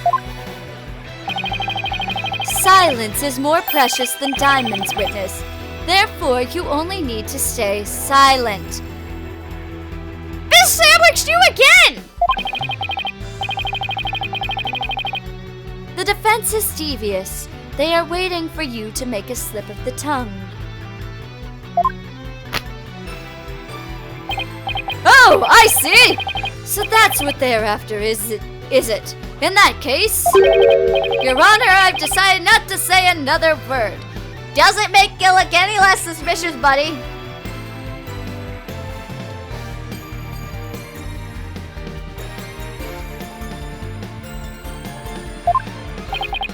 Very good.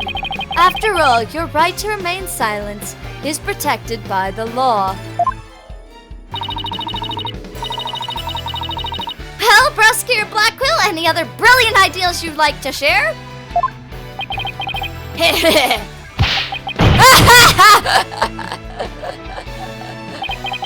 Did you hear that, Sights Dono? A Rakugo artist who's afraid to speak. Who's ever heard of such a thing? Are you trying to taunt him into talking? Such petty tricks will never work.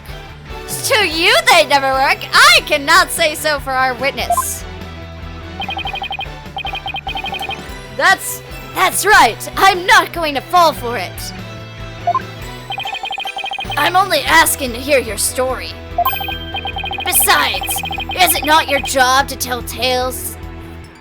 Tales if there's an audience to listen?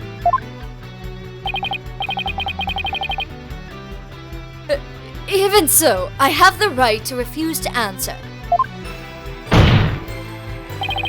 The more you keep quiet, the more we want you to talk. That's simply human nature. Isn't that right, people of the gallery? Oh, you're using the gallery against him! Clever move, Blackquill! Clever, my man!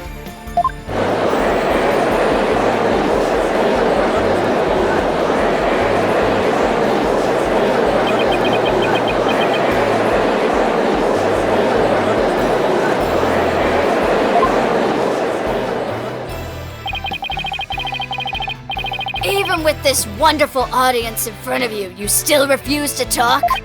If so, then perhaps you chose the wrong line of work, my friend. Are you saying I should quit? Because I'm not afraid to speak my mind, I'll have you know.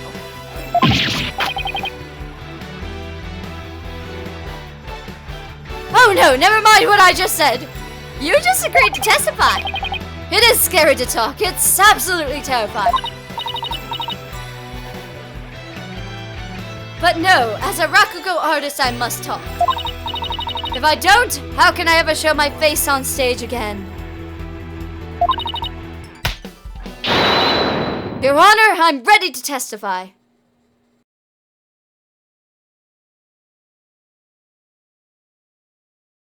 Alright, hold on a second.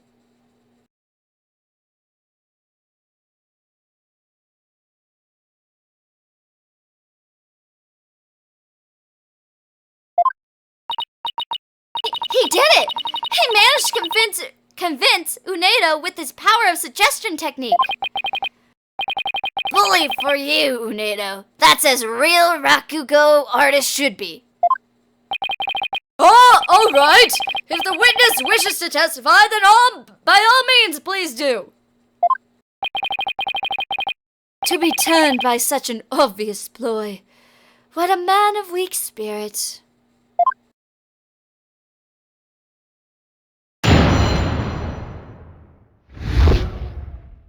In the dressing room.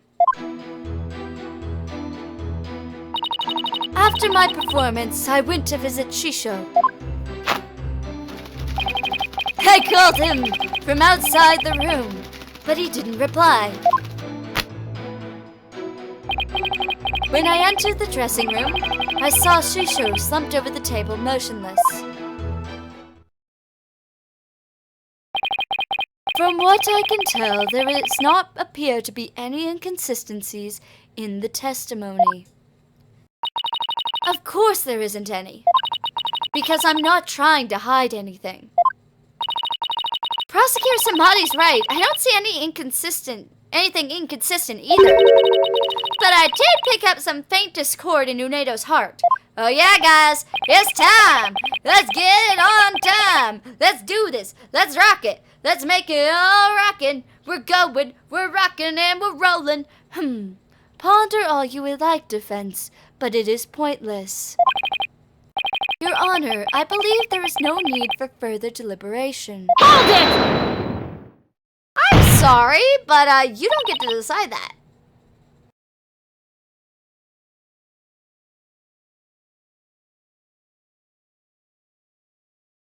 I disagree, Your Honor. I detect a discord in the voice of the witness's heart. Blech.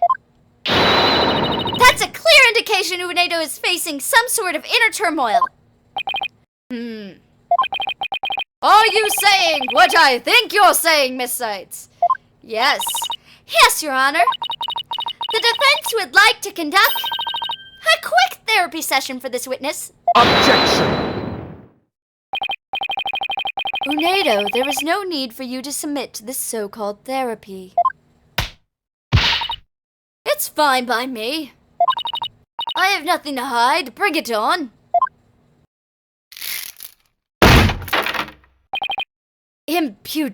Imputus fool!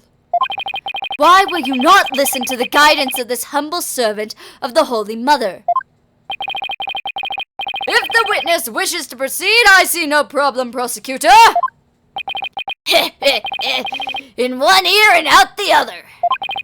It seems this performer has no need for your so-called guidance, Prosecutor Sad Monk.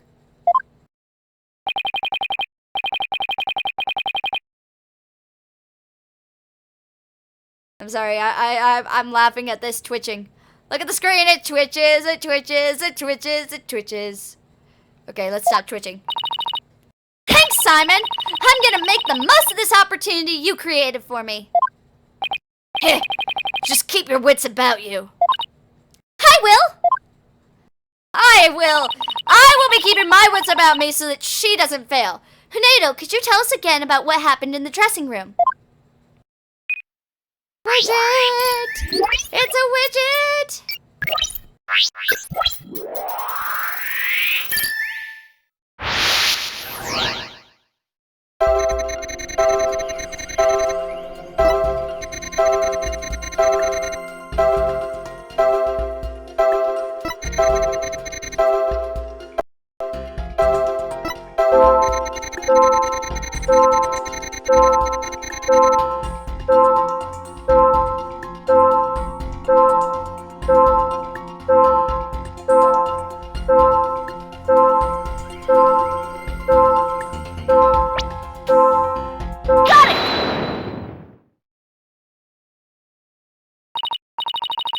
Unedo, I'm noticing something strange with these emotions. Something stranger with Cheeky Toad's skin, you say? No, something strange with these emotions.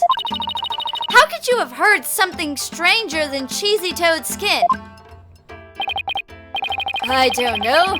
Maybe it's me who's got some cheese in my ears.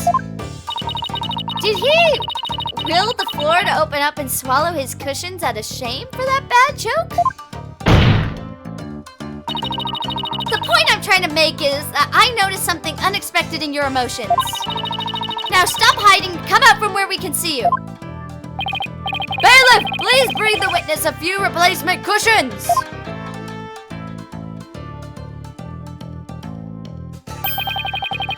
So, what was this unexpected thing you noticed?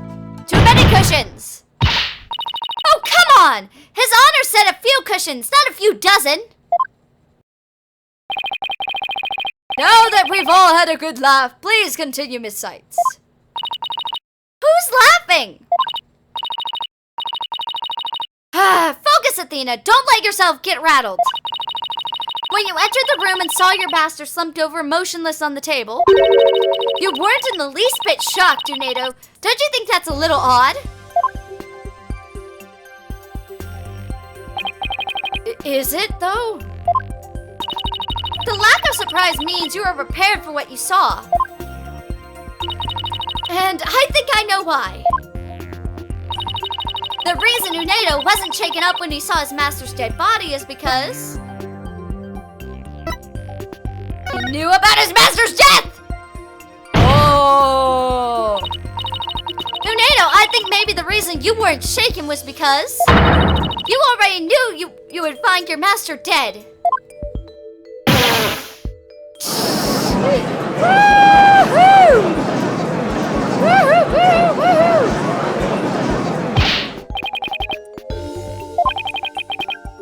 You've got it all wrong. Oh, right. I just remembered something. I thought Shisho was sleeping when I first saw him. Okay. I'll take your little excuse, but still, you thought he was sleeping. It sounds plausible, but what made you think he was asleep? Well, he had his head and arms on the table as if he were taking a nap. Oh, and one other thing. There was that note, too. What note? What goddamn note? Why do you people keep not giving me evidence when I first need the evidence? A note? What note? He must be talking about this. You knew about this? Oh, you fish sandwich! It appears to have been written by the victim. Allow me to read it. Resting, do not disturb. Yes, that's the note I saw. After reading that, who wouldn't think Shisho was napping? That is a pretty reasonable assumption. You've gotta be kidding me. Why didn't I get this beforehand? Again!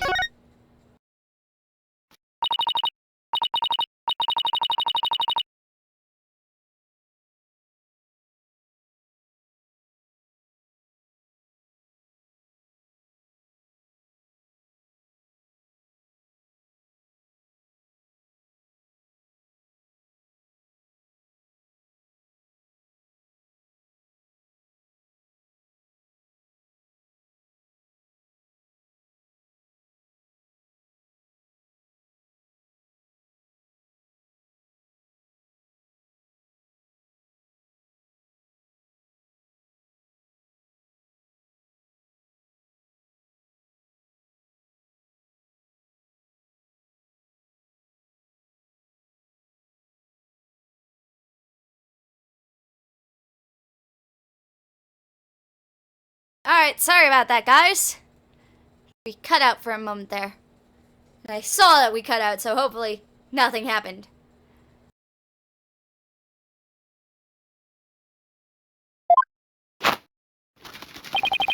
I wanted to change my testimony to include that statement. Alright, I'll run an update.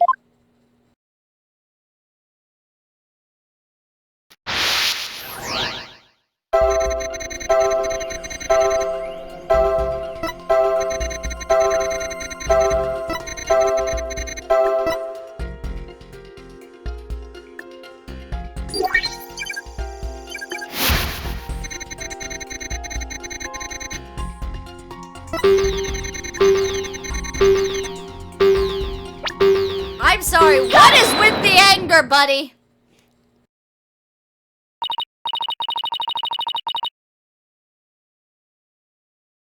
Tornado, I noticed something funny in your emotions again. Funny, you say? I guess entertainers of my caliber can make people laugh, even with my emotions. I didn't mean that kind of funny. Quite the opposite, actually. Oh, I was supposed to switch back. Sorry. When you entered the dressing room, I see that you suddenly felt anger.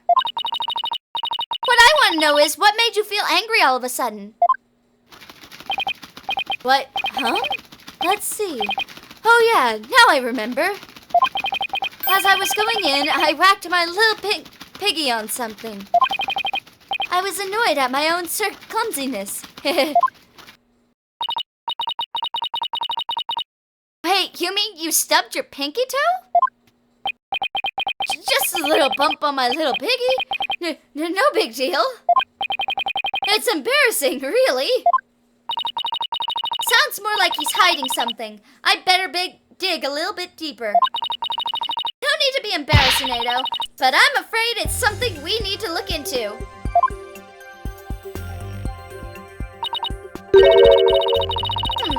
I don't really see anything you could have stubbed your toe on. In the area around the dressing room door in this picture. But maybe there was something here at the time. Nato, what exactly did you stub your toe on? Objection! Screw you! I'm questioning my witness! What an irrelevant question. You dishonor the soul of the victim with these unnecessary delays. Fish sandwich on your soul, you mother frickin' flubbernoggin! You tell her. Really, who doesn't stub their toe every once in a while? You really gotta fuss over every small detail like this. Well, the thing is... No one's helping you!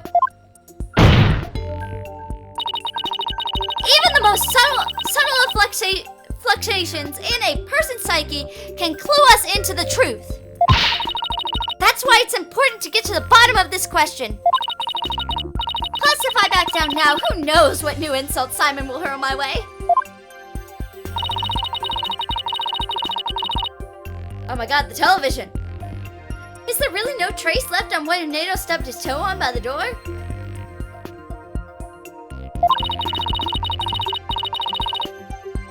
I'm gonna say he's lying about it, but hey.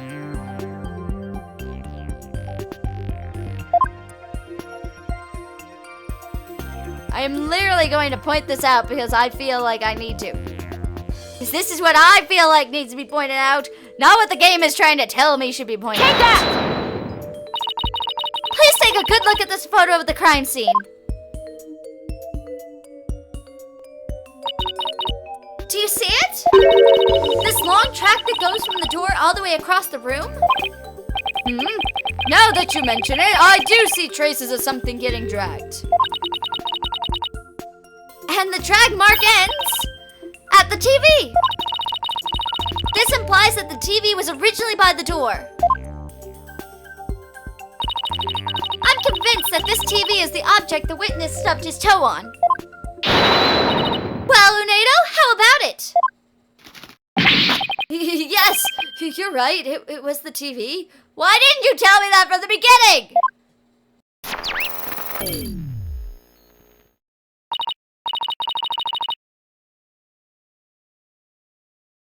There, the noise level dropped again. Yes, I stubbed my pinky toe on the TV. But what of it? Why is that so important to you? So the noise went down, but it hasn't completely disappeared yet. Which means he's still hiding something. Kaneda, why was the TV moved there? Chisho must have moved it so he could watch my routine. But what a place to put it. Right in the middle of the doorway like that.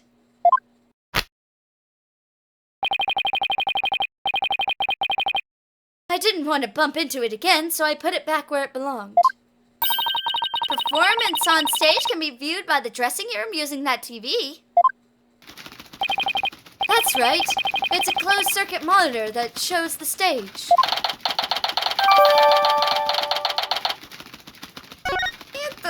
Interesting. I like it when my crime scene reports can be updated. Now what? I can't find anything else out of place. And I still haven't gotten the noise level down to 0 yet. Simon, I'm still getting noise here, but I don't see anything else fishy. This is precisely why amateurs are such a bother. Sorry?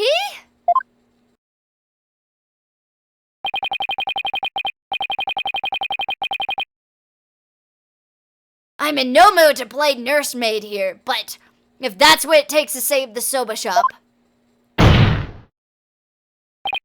Oi, Unedo! Here's a curiosity for you. The table Master Tornado is slumped over. Looks like it had been moved.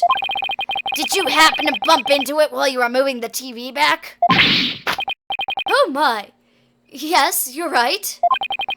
The TV hit the table and Shisho's body moved with the jolt. That's when I first realized that Shisho was dead.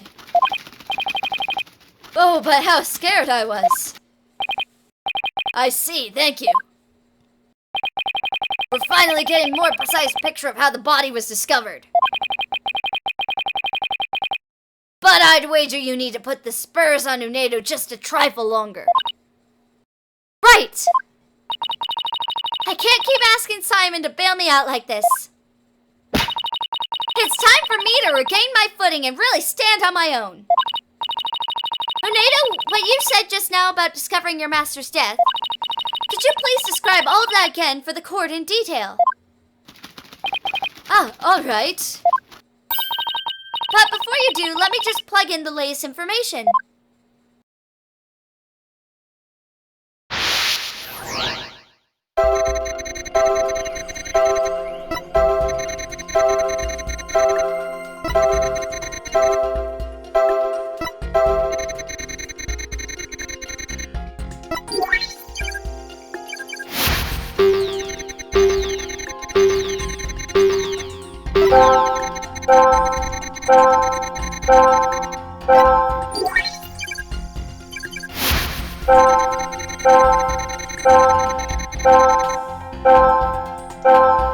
I'm sorry, that surprise is, massive! That's odd. After the initial shock of finding the victim dead, you reacted with surprise again.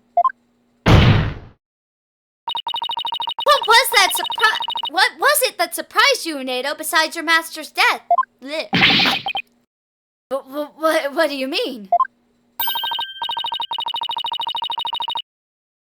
What's more, you were even more surprised the second time than the first. What could have surprised you more than finding your late master? Search me, you thingy must have made a mistake. Silence! I don't think it made a mistake, buddy.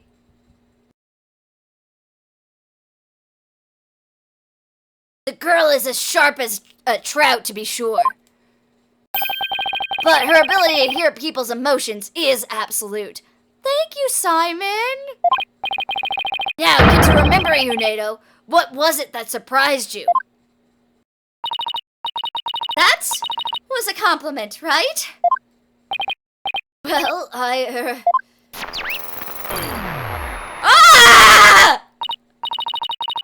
No, we pushed him too hard and now he's mentally all over the place. His emotions are completely out of control. Out of control. Care to explain how that's relevant? You know how normally I listen for the hidden emotions in a witness's voice, right? From there, I look for inconsistencies between their testimony and their emotions. But sometimes a person's feelings can run too high, making it hard to get proper readings. Hold on 1 minute, throat's getting a bit dry. Okay. So, that's how your matrix program works. Fascinating. Ordinarily, it's just one emotion that runs out of control. But it seems there's nothing ordinary about this time.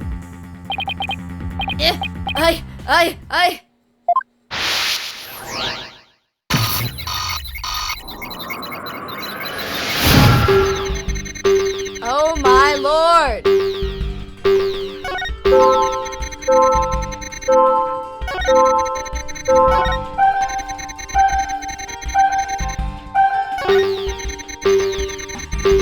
It's just going out of control!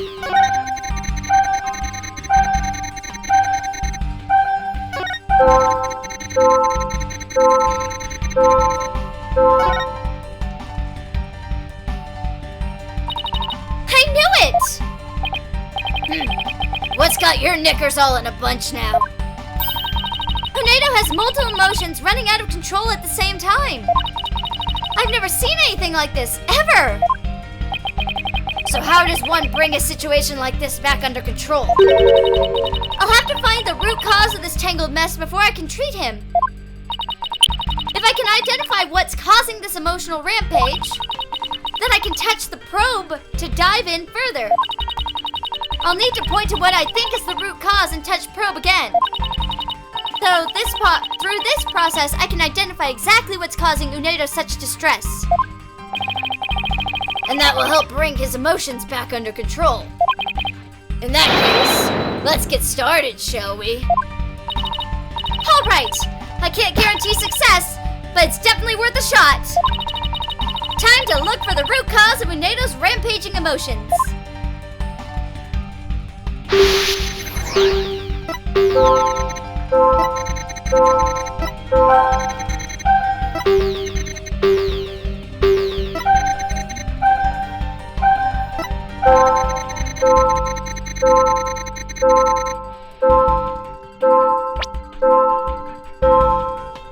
Got it!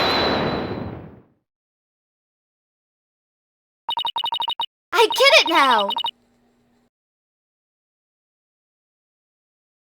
The cards were the root of it all. Don't try to deny it. You can't hide your feelings from me. The dying message that was left at the scene of the crime is what was causing your distress.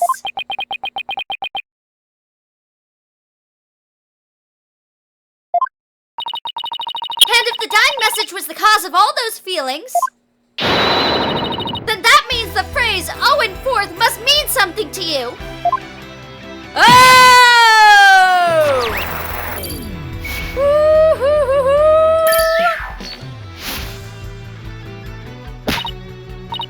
There, noise level 0, finally! Shut up! The dying message consists of 2 words, Owen and Forth. But neither of these 2 words have anything to do with this witness. Shut up! They do have something to do with him! He knows it! This topic warrants no further arguments. Sure, there may not seem to be any direct connection between Unedo and the message. For now. Ha! But why don't you wait and decide what's necessary after you hear my theory? I trust you've hit upon something, Athena. Yep, if my theory is right, we can finally solve the case of Unedo and the mysterious Owen Forth. Well, go on then. I hope.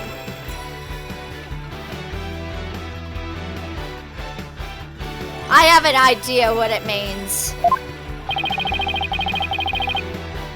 I can already tell this promises to be interesting.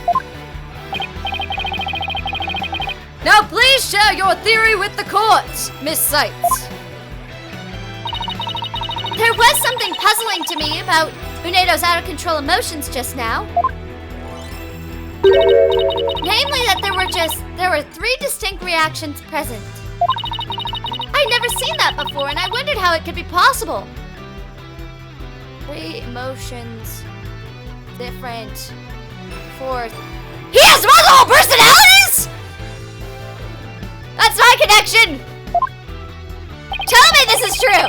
Tell me this is true, because it would make so much sense, wouldn't it? Is there a connection to this meandering musing of yours? Hold your horses, I'm getting there. So, could a person flip between 3 distinct emotions of such intensity like a switch? In the end, I conclude that it just wasn't possible.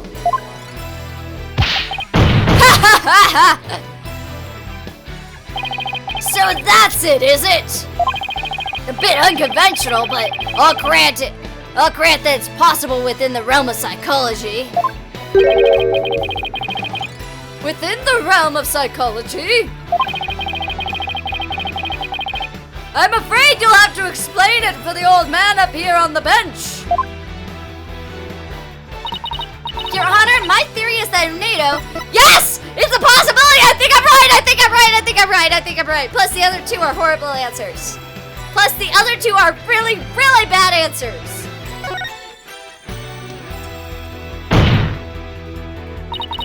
With so many distinct personas, it's clear to me that... Unedo has a dissociative identity disorder. What does that even mean? Your Honor, the defense would treat this trial as a child's jest. Multiple personality disorder, a preposterous proposition indeed. Would you not agree, witness? How did she know? How did she figure it out? Oh! Bow to me, I am Queen of Ace Attorney. Pokunka! I can't believe it! I did it! Simon!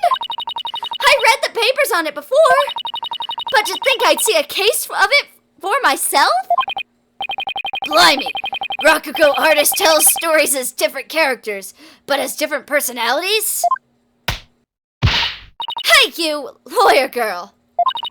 You got a problem with us, huh? No problem at all! No problem! Walk away!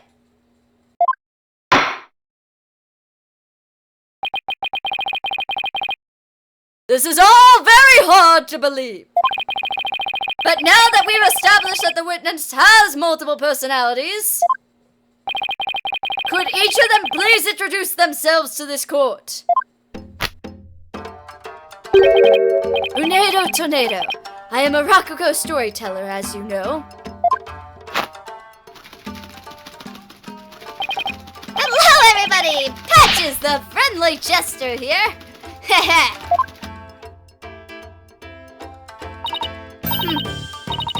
Kisagawa, courtesan. No wonder it looks like a female. No wonder he looks like a female in that form. And is that all of you? Yes, that's all of us. So there are 3 personalities in total. Unedo, Patches, and Kisagawa, huh? Well, Simon, what do you think now? That you're one lucky duck. Just be glad they were dense enough to help you out. Ugh! Can't you just straight up say I did great for a change?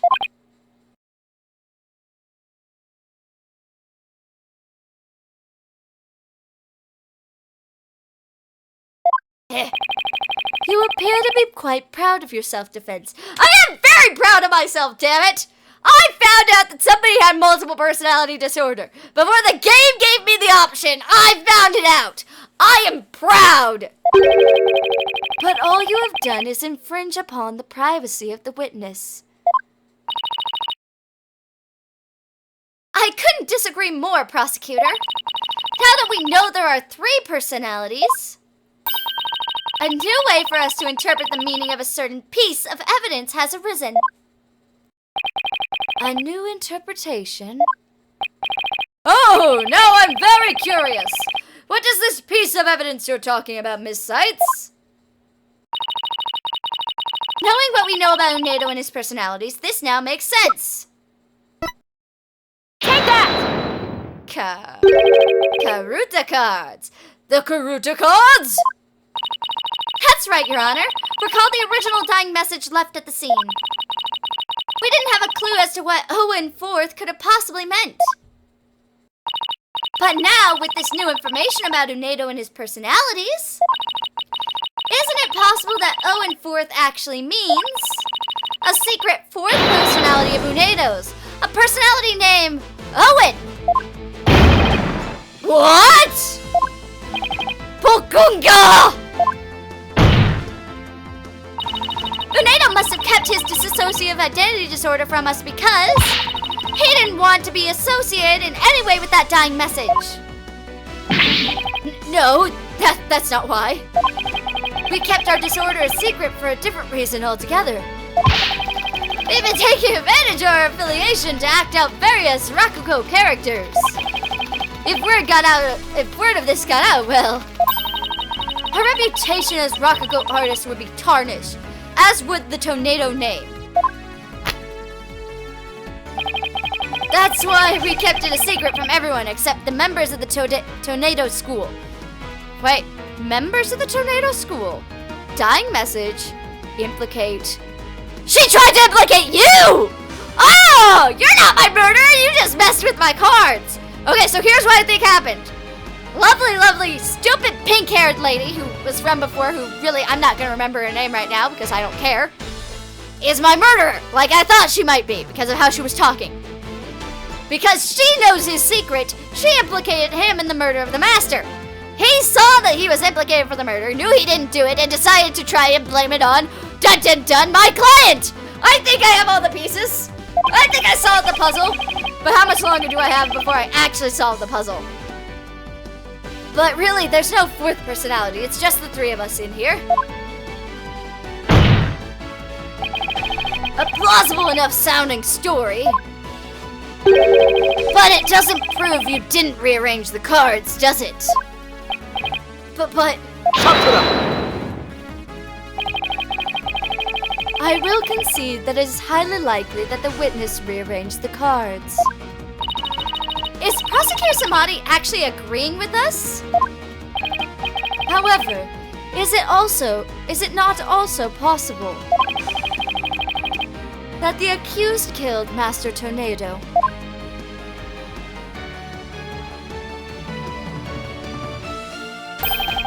And then left that message in order to frame the witness. Ugh! And upon noticing the cards when he found the victim's body, Tornado rearranged them. Silence! A fantastic tale, but a tale nonetheless. No one outside the Tornado School knew about Tornado's multiple personalities. Tornado just finished saying so himself. Listen to the facts! Ah, that is true, but ultimately meaningless point. The witness was only in the dressing room for 2 to 3 minutes. That's far too little time to commit murder, wouldn't you say? Again! No! You cannot say shit like that! Objection! Ken, who's to say he couldn't have done it before his discovery?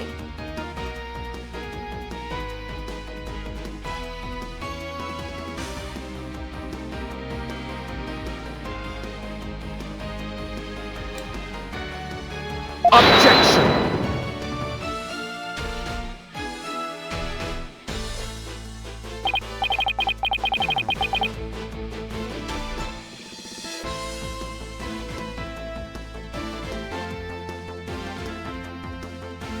Ah, that spring chick memory of yours. Have you already forgotten Prosecutor Blackwell's testimony? Simon's testimony? How?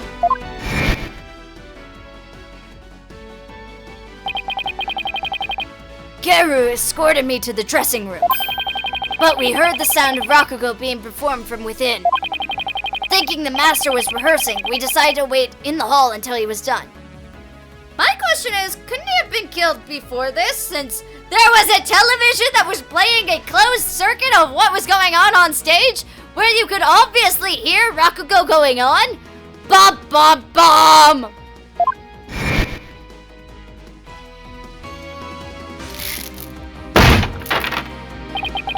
That's right. Until just a few moments before Tornado entered the dressing room, Taifu Tornado was confirmed to still be alive. No, he wasn't! We just heard Rakugo, and I have a solution for that, damn it! Ah! No!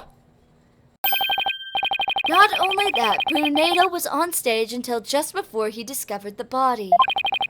A bulletproof alibi that I have already confirmed with several audience members. Oh no! I also heard that his Rakugo performance that day was a steaming pile of... Well, you get the picture.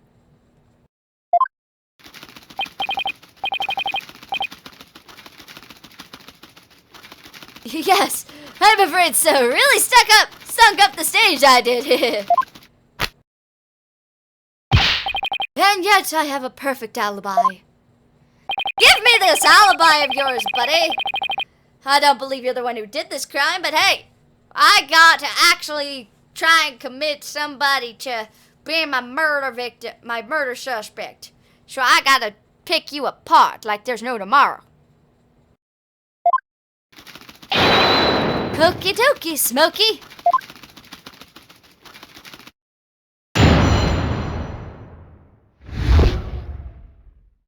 Tornado's alibi. I was on stage until just moments before I went into the dressing room. The entire audience was my witness. My performance was a huge buzz. Not a single soul left. I'll never be able to live down how terribly I bombed during that very important show.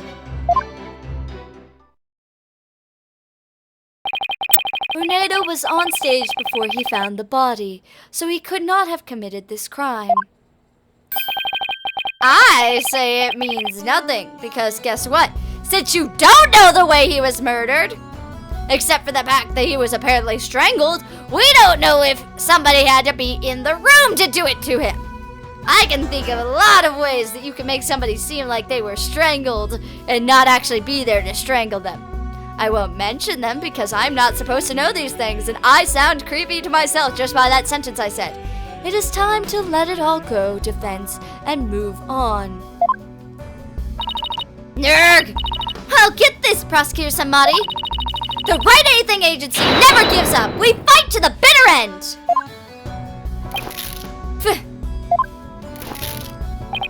Allow me to say this once more. Let it go and move on. And allow me to say once more, I'm never giving up. Let it go and never!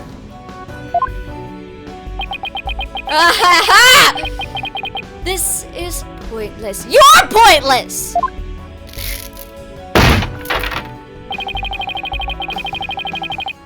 You should have taken advantage of this opportunity while you could, you foolish child.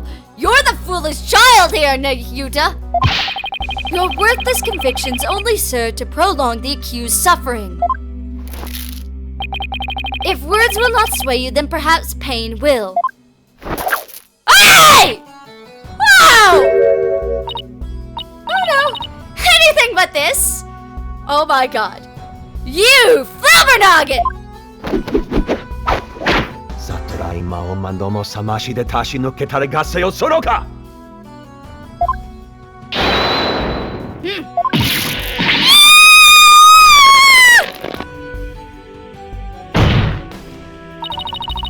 What's the big idea, Prosecutor Samadi? That was but a small dose of punishment for your misguided actions.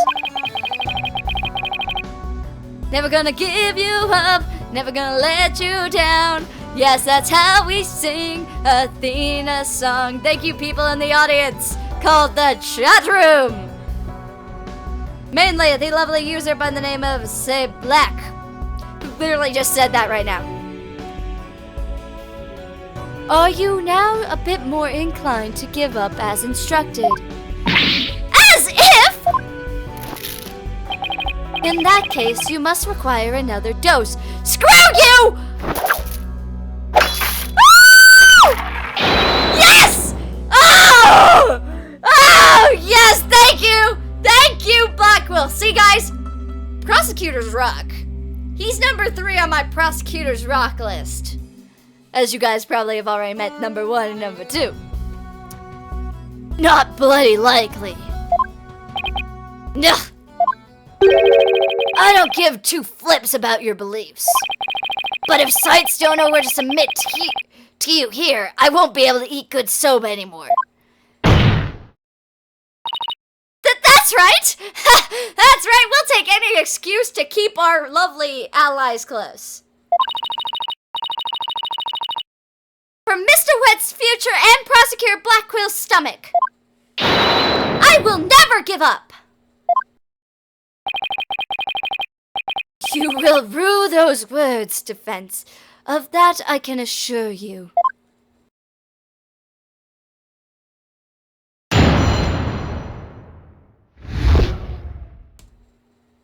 Unado's alibi. Alright, what do I think is wrong? I want to press that third statement because that third statement seemed a little bit... Why were you doing so badly? Hold it! Do you have any idea what went wrong? I'm not sure if it was my performance or if it was just that particular audience. Or maybe it was the story I picked. But every entertainer knows that this kind of thing happens from time to time. I guess that makes sense.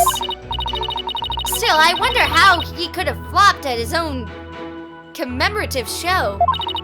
Maybe I should dig into things a bit more.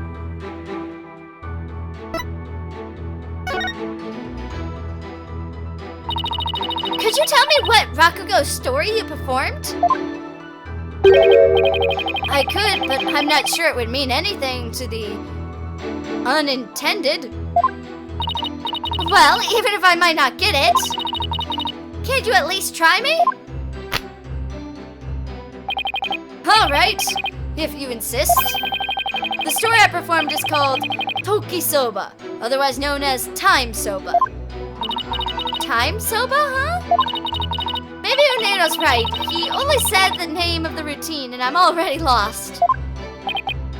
Ah, so you performed Time Soba, did you? What? You know Prosecutor Samadhi?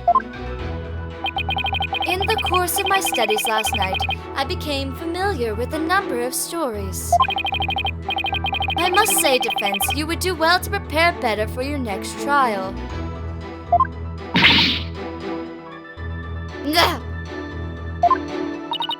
Simon, what's Time Soba about? Look it up yourself. Damn it, Simon, you're supposed to help me! Allow me to give you an overview.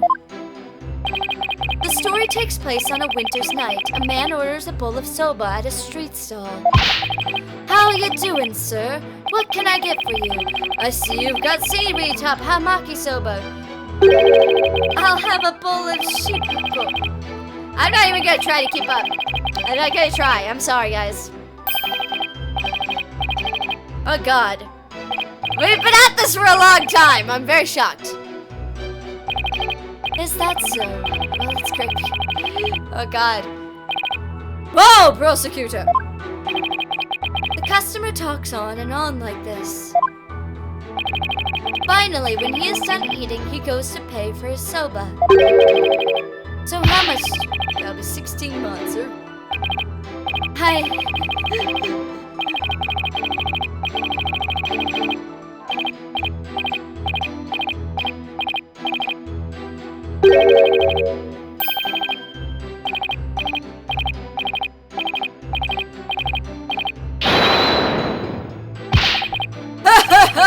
Very well done, Prosecutor Samadhi. That was excellent.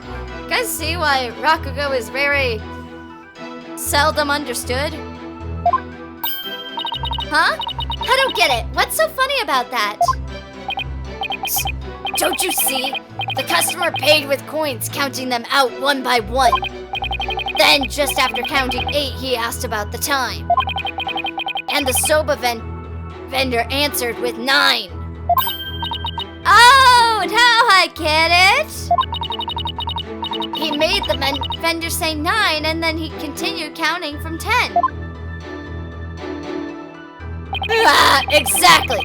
He cheated the soba vendor out of 1 mon with his smooth talking. Oh. The story continues with another man who saw the whole thing and tries to do the same. But he bungles the trick and ends up paying more than 16 mon for his soba. The story ends on that as the punchline. You can look up the rest of the details yourself. Or I'm sure Prosecutor Sad Monk over there would love to perform it for you after court.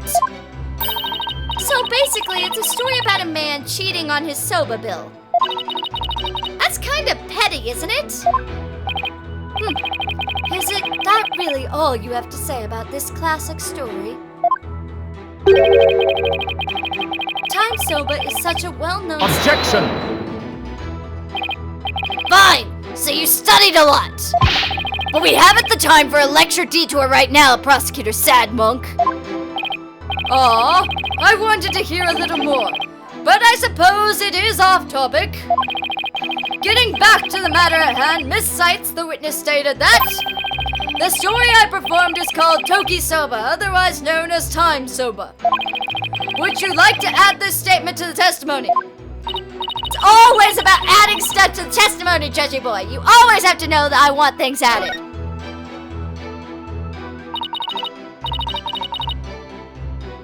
Because I feel like that would have got something Simon told us at the beginning. Yes, Your Honor, I'd like to have it added. Very well.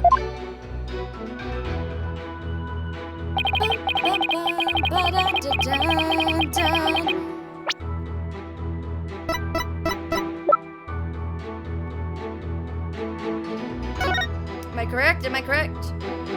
Yeah, you're performing what Master Tornado was supposed to perform. Screw you!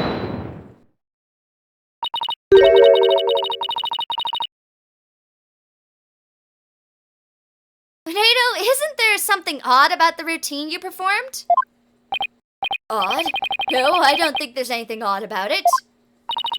But that's exactly what I find odd, the fact that you don't think it's odd. Objection! Screw you! I'm getting to my point! Just go off into a hole and die from it. We are discussing the witness's alibi at the moment, defense. The show's program is completely irrelevant. Objection! That's where you're wrong, Prosecutor Samadi. The reason being, it contradicts the statement the witness just made. Tornado, do you know what this is? No, what is it? This is an invitation to the show sent from Master Tornado to Prosecutor Blackquill. Included in the invitation is a rundown of the show's program, which clearly states that Time Soba was to be performed by Master Tornado himself. No. Tornado, why did you perform the routine your master was scheduled to? Well, you see, the reason for that is... How do I say this? You see, let's say it was a prank. That's right. It was just a joke, you see. I was trying to surprise Shisho by performing his routine before he did. I don't know if I'd buy that. Was doing the victim's routine really just for laughs, or... Hey, didn't Simon happen to hear Time Soba coming from the dressing room? During Uneda's performance on stage? It seems like too much of a coincidence. Wait, can it be? Can it be what I thought it was? Bum bum bum. Stop comparing me to birds.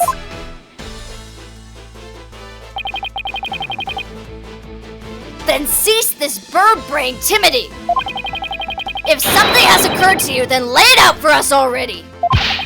Don't breed resentment in those watching your performance. Okay. I don't have a ton of confidence in this theory, but here it goes. It looks like Unedo's alibi checks out, Your Honor, but even though he was on stage at the time, he may have been trying to obfuscate a crucial detail about this case. Are you referring to the Soba bill the man tried to skimp on the witness's story? I'm not talking about the Rakugo story, Your Honor. Oh, I'm sorry, but then what are you talking about, Miss Sights? What Unedo may have been trying to deceive us about was the time of the victim's death. That's my option. Unedo tried to deceive us about the time of the victim's death. What? Eek! Objection! Screw you! I'm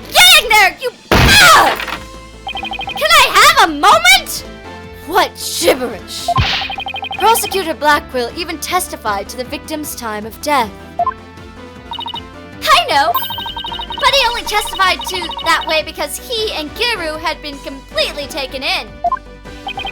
You mean by the Soba Bill thing? No! God, Treasure Boy, would you please forget about the story for a second, Your Honor? I was deceived? Pray tell, how did Unedo manage to deceive two people while he was performing on stage? That's easy. All he had to do was use a certain prop in the dressing room. Oh, wait, nudge. Oh, and what might that be? The prop Unedo used was... Take that! This TV was used to view what was happening on stage. Prosecutor Blackquill, when you came to the dressing room, what was Unedo doing? He was performing Time Soba. Blast! Could it be? Yes, it could, and it was. What you and Keiru heard was not Master Tornado practicing his routine. It was Unedo's performance, as heard through this TV monitor's speakers. Oh, yeah. What? With the TV just inside the inner door of the dressing room, it could easily be heard from the hallway outside. And because we knew Master Tornado was scheduled to perform Time Soba, we were easily manipulated into thinking he was still alive at the time rehearsing. Yes, your knowledge of the day's program is why you two could be fooled this way. Simon, did the voice you hear belong to Master Tornado? With that door in the way, I couldn't tell exactly whose the voice belonged to. But because I heard Time Soba, I just assumed it was Master Tornado. I can't believe I was taken in by such a simple mind game! Objection! All of that is mere conjecture. Where is your proof, defense? Objection!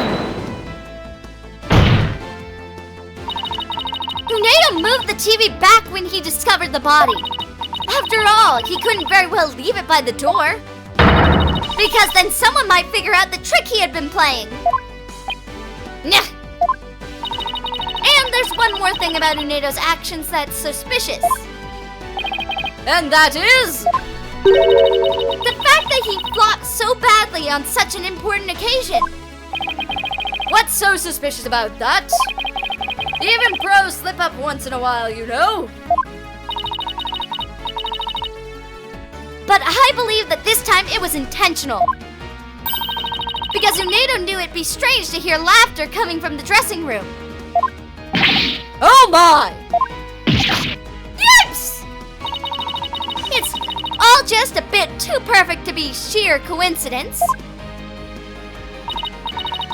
Plus, if the voice from Prosecutor Blackquill and Giru heard was due to Unedo's scheming, then the victim's time of death could have been earlier than 4 p.m.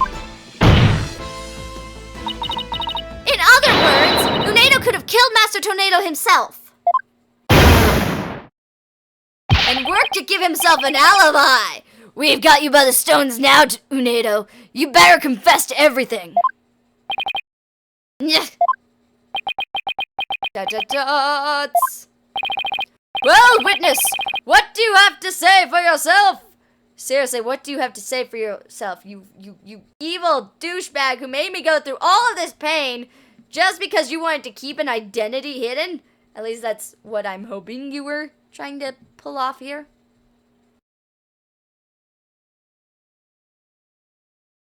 Well, witness.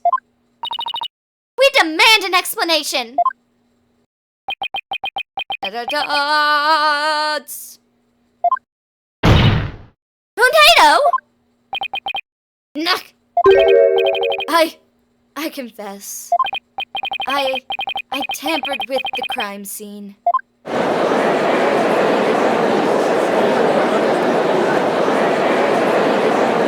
Why would you do that?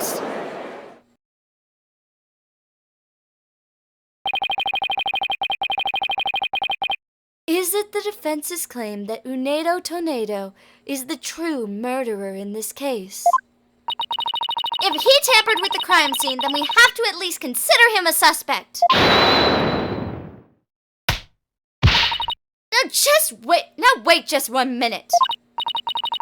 Yes, I admit to messing with the dressing room, but I didn't kill Shisho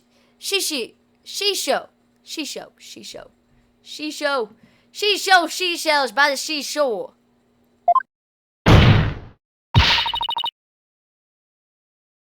Then what did you tamper with?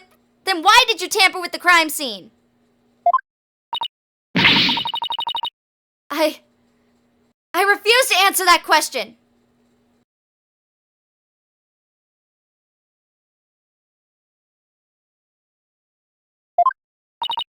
What?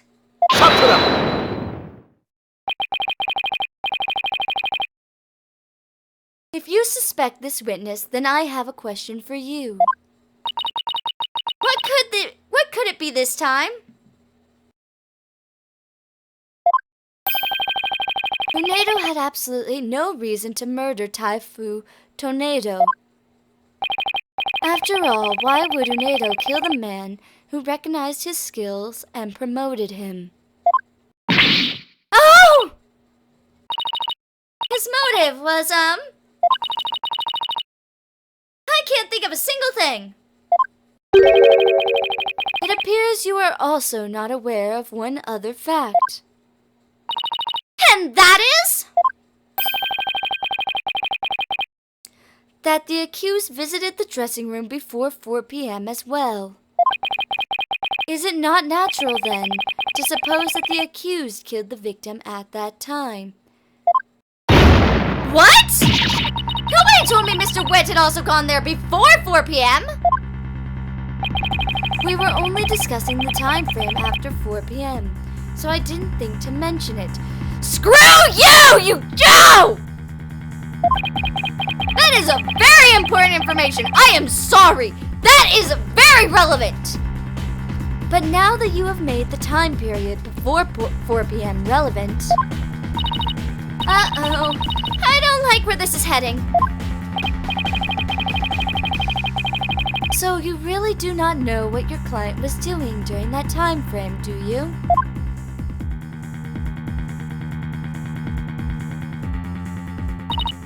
Well, it was all very sudden and, Why did you wait until the very last second to contact me, Simon?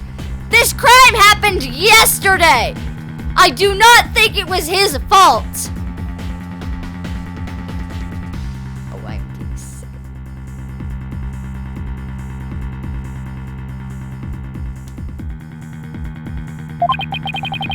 Don't you give me that look!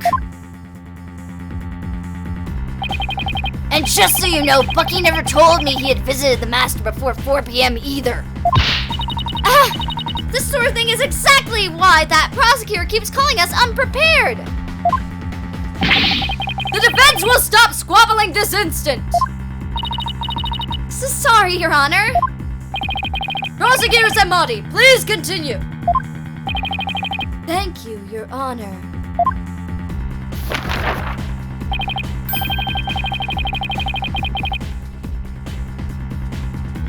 Defense, you know of the soba-making implements in the dressing room, correct? Is he talking about the equipment for making soba noodles? You speak of the large bowl that was used to mix buckwheat flour and water. The long rolling pin and the special knife that's used to cut the dough into noodles.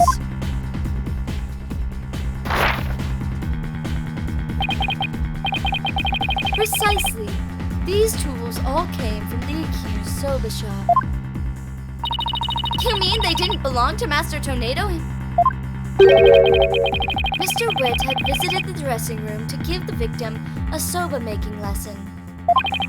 And that visit was before 4 p.m.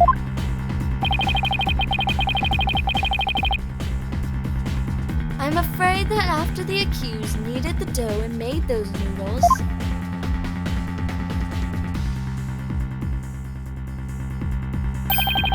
he committed the act of murder. But wait! That doesn't add up! If Mr. Wet killed the victim before 4 p.m., why would he return to that room at a later time?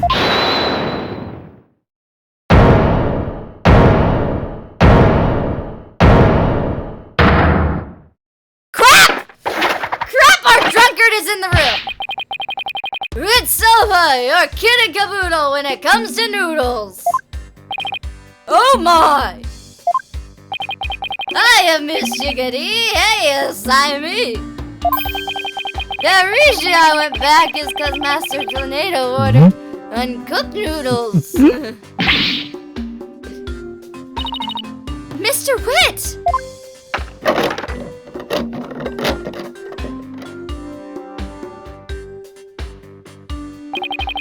Yesterday, I brought noodle making tools to his dressing room at around 2 p.m. That's when Mr. Tornado ordered uncooked soba noodles to stock up on. Uncooked noodles to stock up on? Yes, ma'am. Master Tornado kept a supply of soba noodles from my shop in his fridge.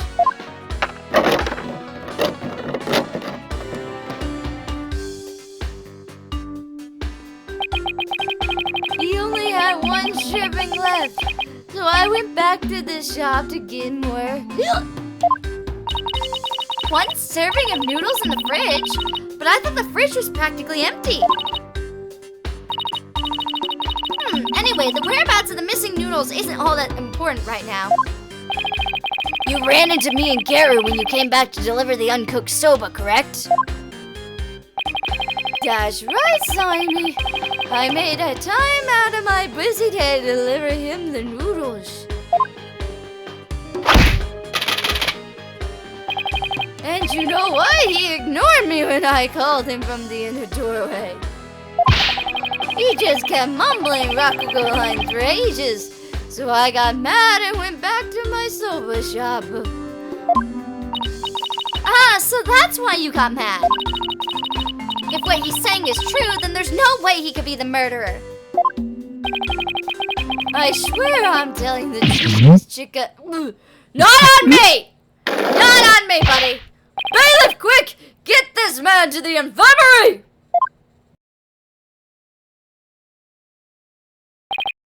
Well, I dare say he's quite the handful.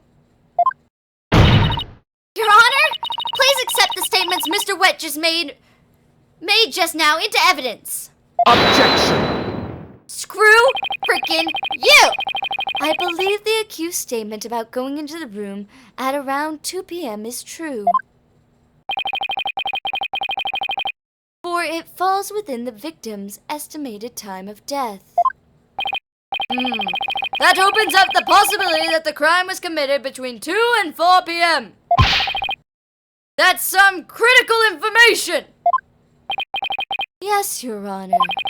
But other than that one point, Mr. Wet's statements are dubious and without proof. Objection! But they are the words of the defendant himself.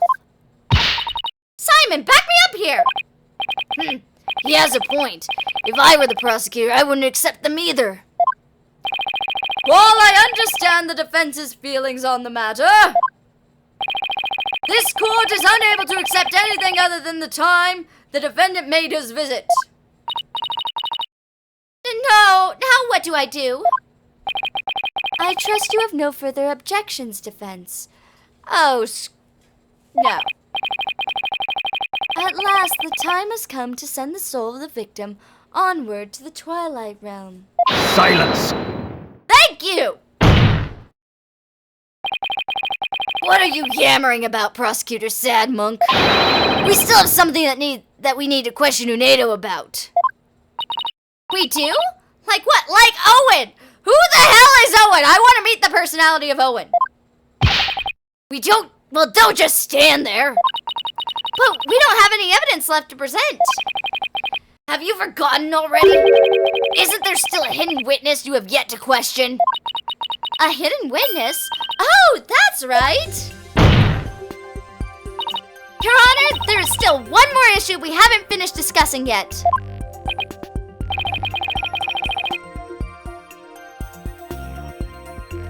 Oh, and what is this bit of unfinished business? We haven't finished discussing this issue related to Onedo. Owen. I need Owen. I need Owen. I need Owen. I need Owen. We still have to discuss the possibility of the fourth personality, the one named Owen. Are you suggesting that this fourth personality of Unedo's might be the true culprit? Gee, not that again. I told you, we don't know anything about this Owen. Ha ha ha, wink wink, nudge nudge, hunch hunch. Look, Unedo, I know you don't have any motive to kill your master, but this Owen may have one for all we know. Come clean now, Unedo. You've got another personality stashed away, haven't you? Please tell us everything you know about Owen. Shut up. That's enough. The witness has already stated that he knows not of any Owen character. Bravo! You tell him, Mr. Prosecutor. Hey, Patches! If you claim you don't know Owen when you really do, that's tantamount to perjury. If you want to exercise your right to remain silent, however, well, that's a different story. Do not listen to the depraved prosecutor, witness. You will be tainted with his evil. Do you have any ideas how dark and cold a prison cell is? I exercise my right to remain silent. What's this now? Changing horses midstream, are you? Shut up! I will remain silent, and that's that. Patches, you fool! You stay out of this!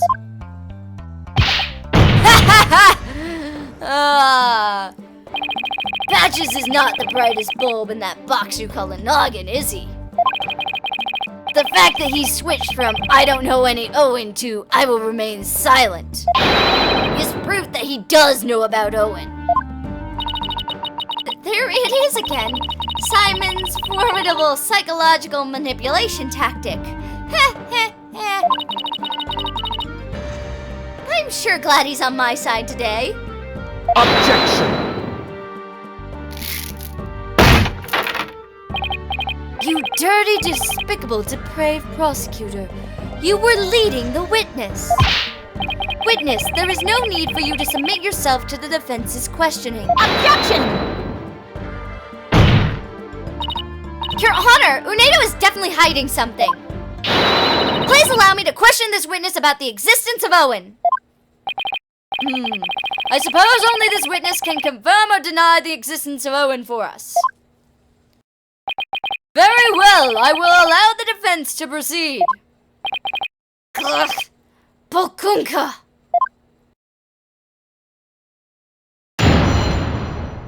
Witness testimony about Owen.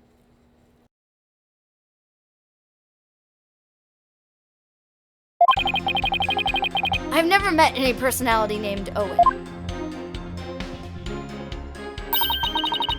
Patches was just blurting out nonsense in a panic. We're always aware, so we definitely noticed a personality like that showed up. How dare you treat me like a criminal based on mere conjecture? That's how everything happens. Do you not understand? That's how everything happens. Boom, boom, boom.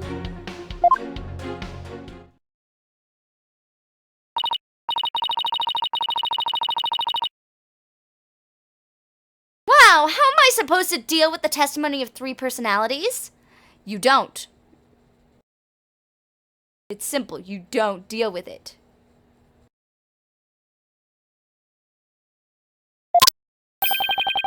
Unless you can prove the existence of Owen here, it's all over.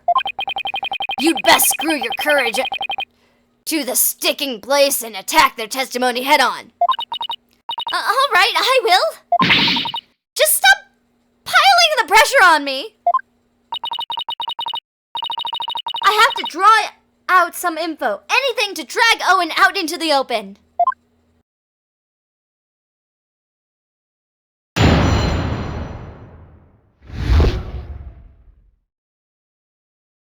I'm gonna press that statement 3 because that statement 3 made me go, because that's oddly specific. That you're talking about a personality like that. That what you saying? What you saying? But what if for some reason you three were unconscious at the time of the incident? If the three of you weren't alert or aware, what would happen? What would happen? I'm not even sure what you mean. I mean, you three share the same memories, right? But what if Owen is different? What if he has memories separate from yours? Maybe Owen emerges when the three of you are unaware or unconscious. Nyeh. Objection! Shut up! Instead of speaking as if this fourth personality is a foregone conclusion, I suggest you prove it's his existence first. Well, we've already seen 3 personalities. A fourth wouldn't be a stretch.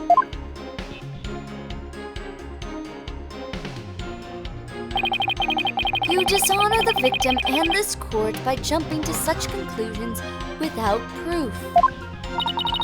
Have you ever heard these old sayings, Prosecutor Samadhi? What happens twice will happen thrice? If you see 1, there are likely 30 in your home? I'm basing my theory on such premises. Comparing us to cockroaches, do we bug you that much, girlie? But how do you intend to prove it? How will you prove that all 3 personalities became unconscious, as you say? Unless you can do that, all of this talk is merely empty speculation. Well, Don't be so timid! If you don't have it, then find it! Look for something that could render Unedo and the others unconscious. Simon's right. I can't back down now. For my client, Mr. Wet, I have to. Wait, Mr. Wet?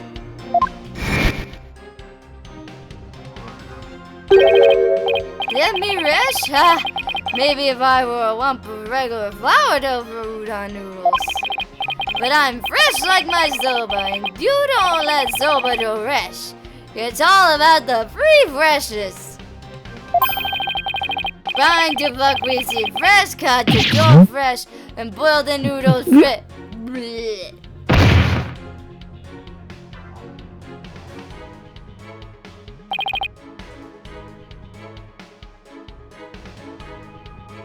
He's blacked out! Mr. Wet, falling unconscious. Wait a minute, I think I've got it. Miss Sights, do you have proof to back up your theory? Yes, I think. Do not put me in this corner, Judgy boy.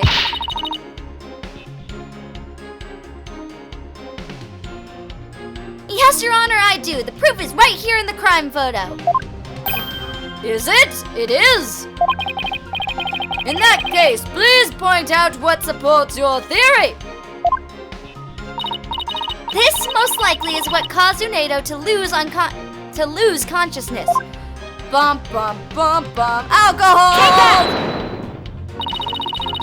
This is probably what made Unedo lose consciousness. Ah, yes, the sake. Everyone, sake is very potent. Somebody who has a couple of bottles of sake in her fridge, trust me, it is very potent. And isn't it just like Master Tornado to pick a fine brand like Camel? Sake? Oh, you mean rice wine? Oh, please, don't call it rice wine. That's so unsophisticated. It's not even wine. This is true, it is not a wine. Silly girl. I must agree. You need to become more cultured, Athena. Tomato and tomato. It's made of rice and people get drunk from drinking it, right? Ah, he looks at you so disappointed. It's called sake. End of story. Fine, sake it is then. Ay caramba! Everybody's so touchy about these things. I recall Master Tornado would often have a drink or two before performing. He said it made him more eloquent. Drinking too much of the stuff can make one lose consciousness, though, of course.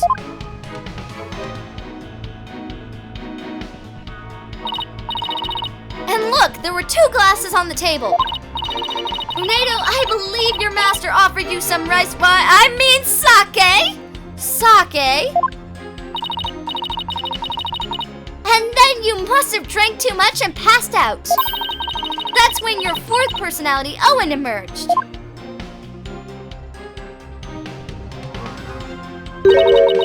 I drank sake? Oh, that's a good one. We have a real sweet tooth, you see, so yes, we did accept the sugary red bean bun. But since we really dislike sake, we said no, thank you to that. Believe it or not, we're really weak when it comes to booze. Even a tiny drop can knock us right out.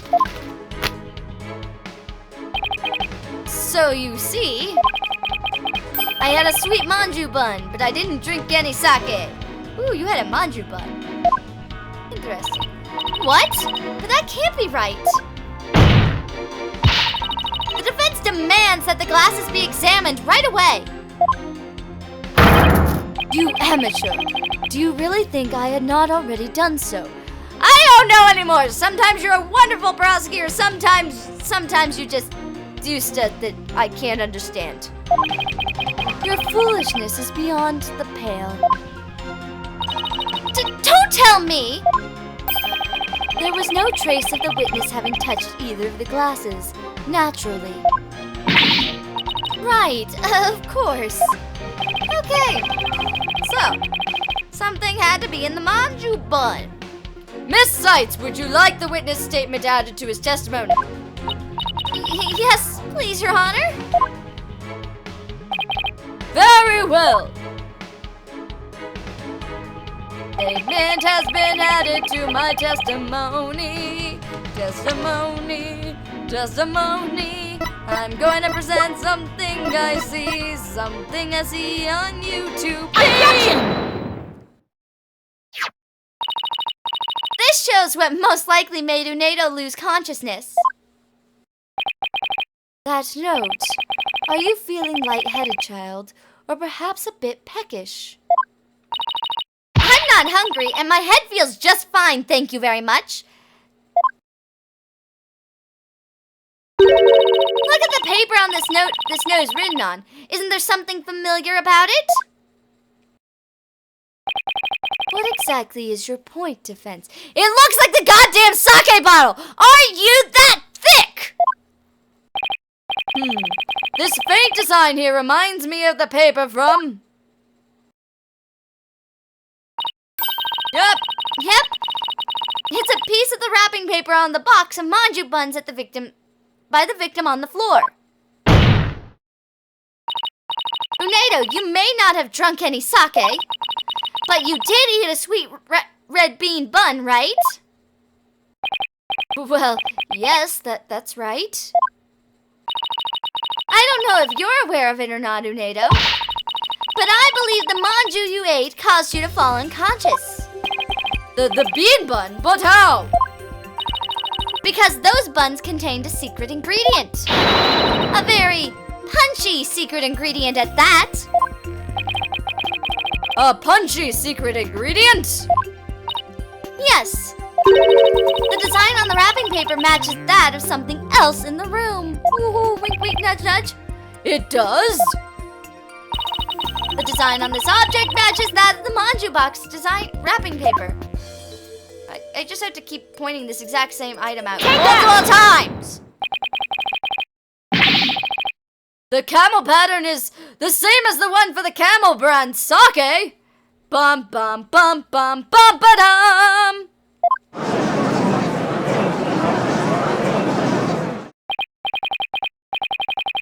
So, just as Unedo said, he didn't drink any sake per se.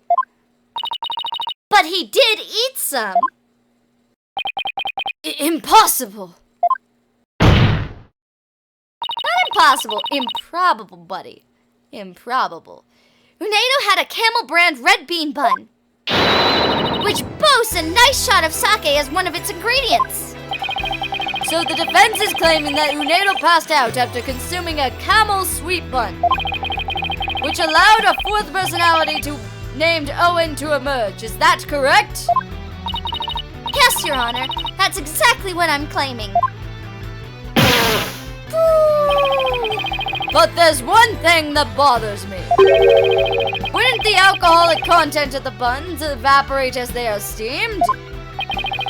In order to give them a stronger flavor. Some manju are specially made to retain as much of their alcoholic content as possible. What kind of lightweight do you think I am? Even I wouldn't pass out from eating a simple manju. Then how about we test that theory? What do you say, Your Honor? We're gonna test a theory for all to see. We're gonna look at Owen as we sit in the courtroom to be. We're looking at Owen now. We're gonna see Owen now. Thanks, Your Honor. Simon, go buy some camel manju on the double. And don't forget to get me one too, okay? But why must... Athena, you are underage.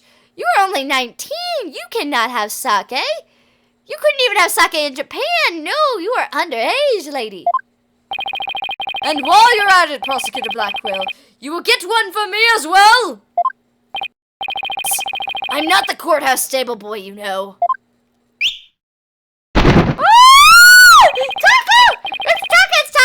It's Taka! Oh, it's Taka. Oh, it's Taka. Taka's adorable. Do you guys not see how adorable that hawk is? But just this once, I'll acquiesce, Taka. I'm counting on you. I'm sorry for butchering whatever word that was. And all of you had better pay me back. Oh, but I thought it would be your treat, Prosecutor Blackwell. What a shame. Now then, let us adjourn until the manju arrive by Carrier Hawk. Court will reconvene as soon as Taka returns.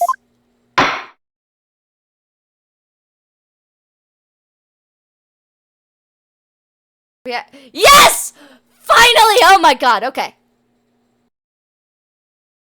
Alrighty, everybody. Thank you all for joining me on this lovely live stream. Oh my goodness, that was long. That was long. My back hurts. It's almost 11 p.m. for me. God, that took forever. Anyway, everybody, thank you for joining me on this live stream. I hope you all enjoyed it. I'm so glad that I was able to do this, especially since I saw the file corrupted this morning and I was like, why? Why would you do that? It was supposed to be this morning. The next one is supposed to come out tomorrow. Anyway, thank you all once again. Thank you all for supporting Ace Attorney Month. Ace Attorney is a huge part, and I love playing these games. I'm very hopeful that we will actually get through Spirit of Justice before the end of the month, because God, I really, really, really want to get done with this before the weeks of yokai start. The next time you should see a live stream for this is when I live stream the last part of the final episode, as well as when the DLC episode comes out. Those should be the next 2 live streams for Ace Attorney.